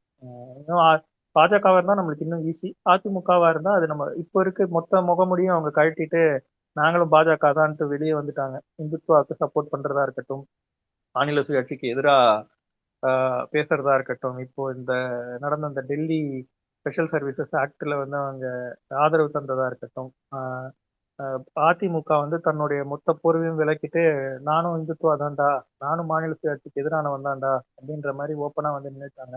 இப்போ நம்மளுக்கு அது அவங்களை எதிர்ப்பதற்கான வாய்ப்புகள் வந்து ரொம்ப பிரகாசமா இருக்கு. அதிமுக தன்னுடைய அழிவை தானே தேடிக்கொண்டிருக்கிறது. எப்போ அவங்க மாற போறாங்கன்றது அவங்க கையில தான் இருக்கு. ஸோ அது அவங்களுடைய பாடு, அவங்களோட பிரச்சனை, நம்மளோட பிரச்சனை இல்லை. நன்றி தம்பி. நன்றி நன்றி நன்றி. டாக்டர், நீங்கள் தொடங்கினது கம்ப்ளீட்டாக ஸ்கீம்ஸ், டெவலப்மெண்ட்ஸ், ப்ராஜெக்ட்ஸ் அண்டு இப்போ நம்ம தமிழ்நாடு எங்கே இருக்குது, உலக லெவலில் தமிழ்நாட்டுக்குள்ளால வந்து இன்வெஸ்ட் பண்ணோம் அப்படின்னு ஒரு வாஞ்சி வரைக்கும் கொண்டு வந்துட்டீங்க. ஆனால் அந்த செகண்ட் பார்ட், அந்த Q&A செக்ஷன், நீங்கள் வந்து சொன்ன மாதிரி பொறுமையாக ஒவ்வொருத்தருக்கும் அவங்களுக்கு கேட்ட கேள்விக்கு ஆழமாக ரொம்ப அவங்களுக்கு அவங்க எதிர்பார்க்குற பதிலையும் தாண்டி நீங்கள் வந்து யூ கிவ் அன் ஆன்சர்.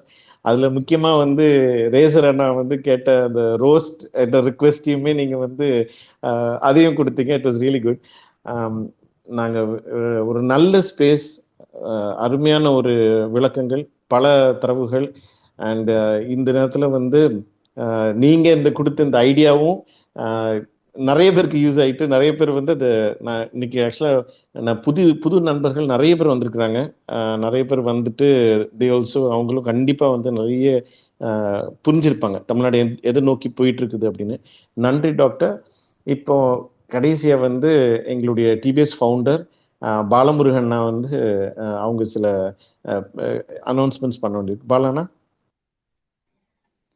நன்றி ப்ரொஃபஸர். நன்றி டாக்டர். ரொம்ப சந்தோஷம். நம்ம டிவிஎஸ் சார்பாக விடுக்கப்பட்ட அழைப்பை ஏற்றுக்கொண்டு நீங்கள் வந்து அதாவது ஒரு நாள் வேணும், 2 நாள் வேணும் அப்படின்னு கேட்பாங்க. ஸோ கொஞ்சம் டைம் கொடுங்களேன் அப்படிம்பாங்க. நீங்கள் வந்து அதெல்லாம் இல்லை, எனக்கு அது நாடி நரம்பு ரத்தம் எல்லாத்துலேயும் ஊறி போயிருக்கு, எப்போ கேட்டாலும் என்னை தூக்கத்தில் எழுப்பி கேட்டாலும் நான் பேசுவேன் அப்படிங்கக்கூடிய அந்த அடிப்படையில். ஏன்னா இப்போ டாக்டர்கிட்ட வந்து ஒரே ஒரு நாள் தான் டைம் இருந்துச்சு, நேற்று தான் கேட்டாங்கன்னு நினைக்கிறேன். டாக்டரை கேட்கலாம் அப்படின்னு சொல்லிட்டு லிஸ்ட்ல இருந்தாரு. ஆனா டக்குன்னு சரி இந்த வாரமே கேட்டுருவோம் அப்படிங்கும்போது, ஏன்னா அடுத்த எலெக்ஷன் அந்த ஒர்க்ல வந்து அவங்க பிஸி ஆயிட்டாங்கன்னா போச்சு, அதனால கேட்டுருவோம் அப்படிங்கும்போது தான் உடனே ஒத்துக்கிட்டாரு. ஒத்துக்கிட்டது மட்டும் இல்லை, நம்ம ரொம்ப நாளா வந்து டிபிஎஸ்ல வந்து ஒரு கொஸ்டின் ஆன்சர் செஷன் வைக்கணும் அப்படின்னு நினைச்சுக்கிட்டே இருந்தோம். அதை வந்து கரெக்டா நம்ம கேட்கவே இல்லை, அவரே வந்து எனக்கு ஒரு Q&A செஷன் மாதிரி கொண்டு வாங்களேன், அதான் நல்லா இருக்கும் அப்படின்னு சொல்லியிருந்தாரு.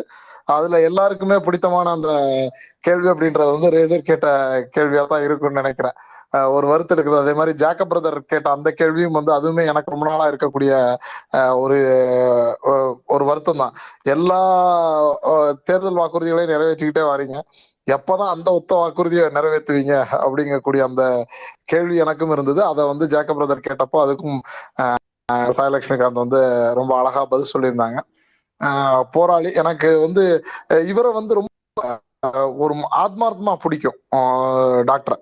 எதுக்காக அப்படின்னா, இது வாரிசுக்கு அரசியல் தான். எங்களோட கட்சி வந்து வாரிசு கட்சி தான், அதை என்ன வேணா நீங்க சொல்லிட்டு போங்க. அவங்க அப்பாவுக்காக தலைவர் கலைஞருக்கு அந்த நேரத்துல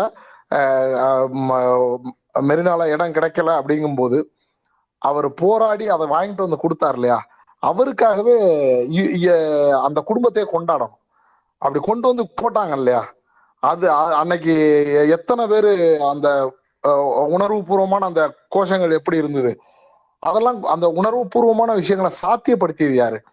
கலைஞர் மறைந்தாலும் நாங்க வந்து கலைஞருக்காக போராடி பெற்றுக் கொடுப்போம் அப்படின்னு சொன்ன அந்த குடும்பம் இருக்கு இல்லையா, அதுல இருந்து வந்த அந்த வாரிசான டாக்டர் சாயலட்சுமிகாந்தை வந்து கொண்டாடி தீக்கணும் அப்படிங்கிறதுல வந்து மாற்று கருத்து கிடையாது. அது நம்ம இங்க ட்விட்டர் சமூக வலைதளத்துல வந்து அவரை வந்து ரொம்ப எப்பவுமே வந்து ஒரு ஐகானிக் கெஸ்டா தான் வந்து எல்லா ஸ்பேஸ்லயுமே வந்து நம்மளுடைய கழக உடன்பிறப்புகள் வச்சிருக்காங்க அப்படிங்கிறதுல ஒரு கூடுதல் மகிழ்ச்சியும் கூட. கிட்டத்தட்ட ஒரு எலெக்ஷனுக்கு முன்னாடி ஒரு 35 ஜூம் மீட்டிங் நடத்துறோம். அப்ப ஸ்பேஸ் கிடையாது.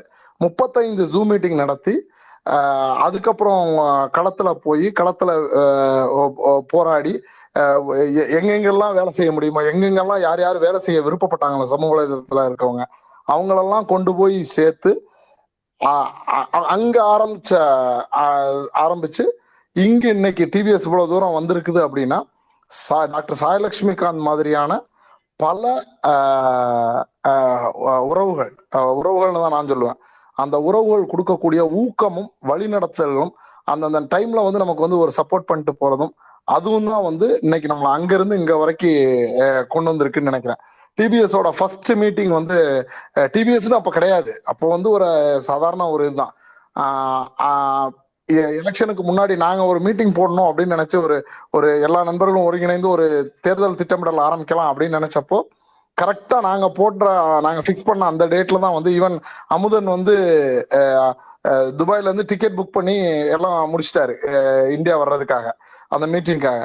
ஆனா அந்த டைம்ல தலைவர் வந்து திருச்சி அந்த மீட்டிங் எலெக்ஷனுக்கு முன்னாடி நடந்த திருச்சி மீட்டிங் அனௌன்ஸ் பண்ணாரு. ஸோ இந்த தடவை நாங்க முந்திக்கிட்டோம். என்ன பண்ணோம் அப்படின்னா நம்ம டிபிஎஸ் சார்பாக ஏற்கனவே இந்த எலெக்ஷன் வேலைகளை ஆரம்பிக்கணும் அப்படின்னு சொல்லிட்டு, ஏன்னா அதுக்கடுத்து எல்லாரும் பிஸி ஆயிடுவாங்க. அதனால நம்ம அன்பகத்துல வச்சு ராஜாண்ணன் கூப்பிட்டு மாண்புமிகு தொழில்துறை அமைச்சர் அண்ணன் டிஆர்பி ராஜா அவர்களை கூப்பிட்டு அவங்க கிட்ட வந்து ஒரு உறுதிமொழி பத்திரத்தை வந்து ஒன்று நாங்கள் வந்து கொடுத்துருக்குறோம். அந்த உறுதிமொழி பத்திரத்தோட அந்த இது வந்து இந்த ஸ்பேஸ் முடிஞ்ச உடனே நம்மளோட ஐடியிலே போட்டு விடுவாங்க. அதுல என்ன கொடுத்துருக்கோன்னு பாருங்க.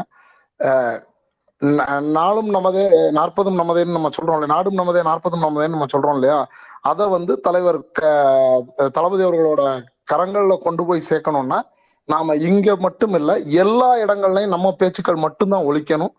அப்படி ஒலிக்கிறது மட்டும் இல்லை, அதை களத்துல கொண்டு போய் சாதாரண பொதுமக்கள்கிட்ட கொண்டு போய் சேர்க்கறதுக்கும் நம்மளாலான அனைத்து வேலைகளையும் நம்ம செய்வோம் அப்படின்னு சொல்லி அதை ஆரம்பிச்சு ஆல்ரெடி அதுக்கு உண்டான பணிகள் போயிட்டு இருக்கு. அந்த வேலைகளுக்கெல்லாம் அப்படி செய்யக்கூடிய எல்லா விஷயங்களுக்கும் டாக்டர் சாயலட்சுமிகாந்த் மாதிரியான அந்த இவர மாதிரியான ஆள்களோட அந்த சப்போர்ட் இருக்கு இல்லையா, எந்த விதமான ஒரு இதுவும் கிடையாது.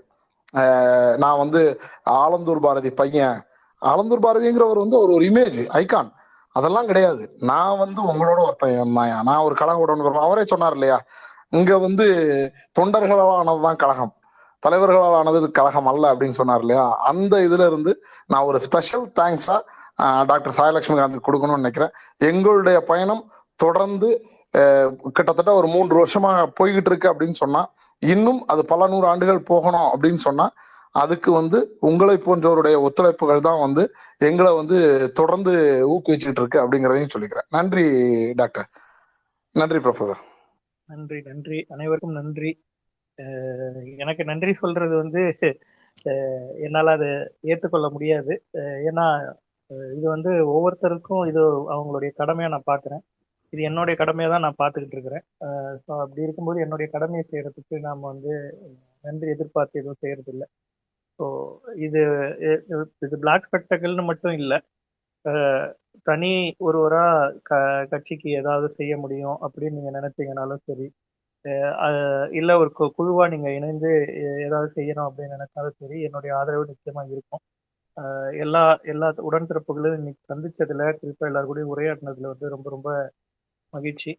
நீங்கள் சொன்னீங்க இது எந்த விதமான ப்ரிப்பரேஷனும் இல்லாமல் கலைஞர் மாதிரிலாம் பேசணும்லாம் சொன்னாங்க. அதெல்லாம் கலைஞருக்கு நிகர் கலைஞர் மட்டும்தான். பஞ்ச புகழ்ச்சியா இருந்தாலும் அது நம்ம மனசு ஏத்துக்காது.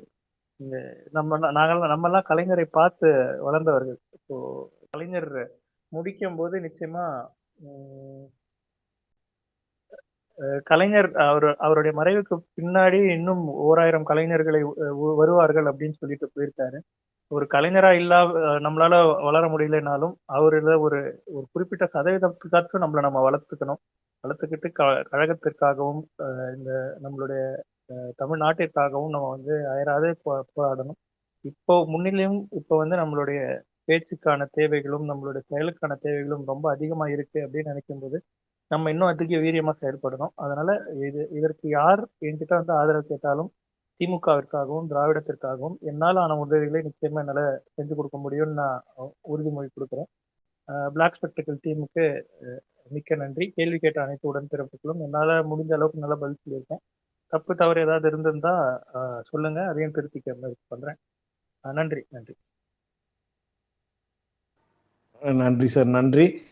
மறுபடியும் எங்க ஃபுல் குழு சார்பாக நாங்கள் நன்றி சொல்கிறோம். முக்கியமாக இன்று வந்து ஐயா பாரதியை வந்து அவங்களுடைய அமைப்பு செயலாளர் பதவியை வந்து முடிக்கிற 9ஆவது வருஷம் முடிஞ்சு 10 வருஷத்துக்குள்ள வரைச்சுமையும் இது ஒரு பெரிய எங்க எல்லாருக்குமே ஒரு யங் ஜென்ரேஷனுக்கு வந்து அடுத்த ஜென்ரேஷன் லீடர்ஸும் எங்களுக்கு ஃபார்ம் பண்ணி அந்த ஜென்ரேஷனுக்கு வந்து ஒரு பாலானா சொன்ன மாதிரி ஐயாவுடைய இதுக்கு அவங்களுடைய பரியலுக்கு வந்து சப்போர்ட் பண்ண ஒரு பெரிய ப்ராஜெக்ட். இது போக பல விஷயங்கள் எல்லா லீகல் பேட்டில்லையும் இன்னைக்கு ஃபைட் பண்ணி அது ஹிஸ்ட்ரி எடுத்து பார்த்தாலே ஐயா பாரதி ஐயா தான்.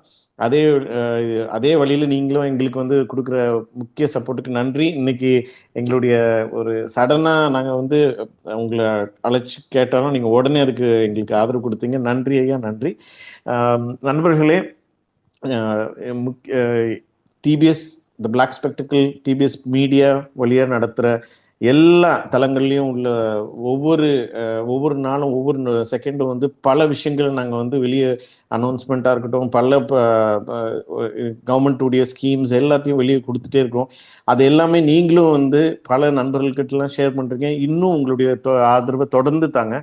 முக்கியமாக வந்து இந்த இடத்துல வந்து இப்போ அடுத்த பார்லிமெண்ட் எலெக்ஷன் வருது. அதுக்கான ஒரு டிபிஎஸ் சார்பாக டிபிஎஸ் டாஸ்க் 2024 தொடங்கியிருக்கிறோம். அதில் முக்கியமாக இப்போ பாலானா வந்து அதில் ஒரு தலைமை எடுத்திருக்காங்க. முக்கியமாக என்னென்னா இதில் இங்கே ஒவ்வொரு தொகுதியிலையும் வந்து அதுக்கான டீம்ஸ், அதுக்கான வாட்ஸ்அப் குரூப்ஸ் அது ரெடி பண்ணிட்டு இருக்கிறோம். அதே நேரத்தில் ஒரு சர்வே பக்காவாக ஃப்ளோர் லெவலில் வாட் இஸ் ஹேப்பனிங், என்ன அடுத்தது செய்யணும் அப்படின்னு சொல்லிட்டு ஒரு எக்ஸாக்டாக ஒரு அனாலிசிஸ் எடுத்து டிபிஎஸ் சார்பாக கொடுக்கணும்னு வந்து ஒரு பெரிய பிளான். இதுக்கு அசோசியேட் கோஆர்டினேட்டராக நம்ம விஷால், அவங்களுடைய ஐடி கடவுள் 25. ஸோ நீங்கள் எல்லாருமே நீங்களும் எங்கள் கூட இணைஞ்சு எங்களுடைய எல்லா பணிகளையும் நீங்களும் வந்து நல்ல எங்கள் டீம் ஒர்க்கில் ஜாயின் பண்ணி பண்ணால் 2024 நமக்கான ஒரு அழகான ஒரு ஸ்ட்ராங் பவர்ஃபுல் ஆட்சி அமையும். இத்தோடி வந்த ஒவ்வொரு நண்பர்களும் வந்திருக்கிற அவ்வளோ புது நண்பர்கள், கண்டினியூஸாக ஆதரவு கொடுத்துட்டு இருக்கிற எல்லா ட்விட்டர் நண்பர்கள் மற்றும் இந்த தடவை வந்து நிறைய பேர் இன்ஸ்டாகிராம் எல்லா மீடியத்துலேருந்து வந்திருக்கிறீங்க. ரொம்ப சந்தோஷம்.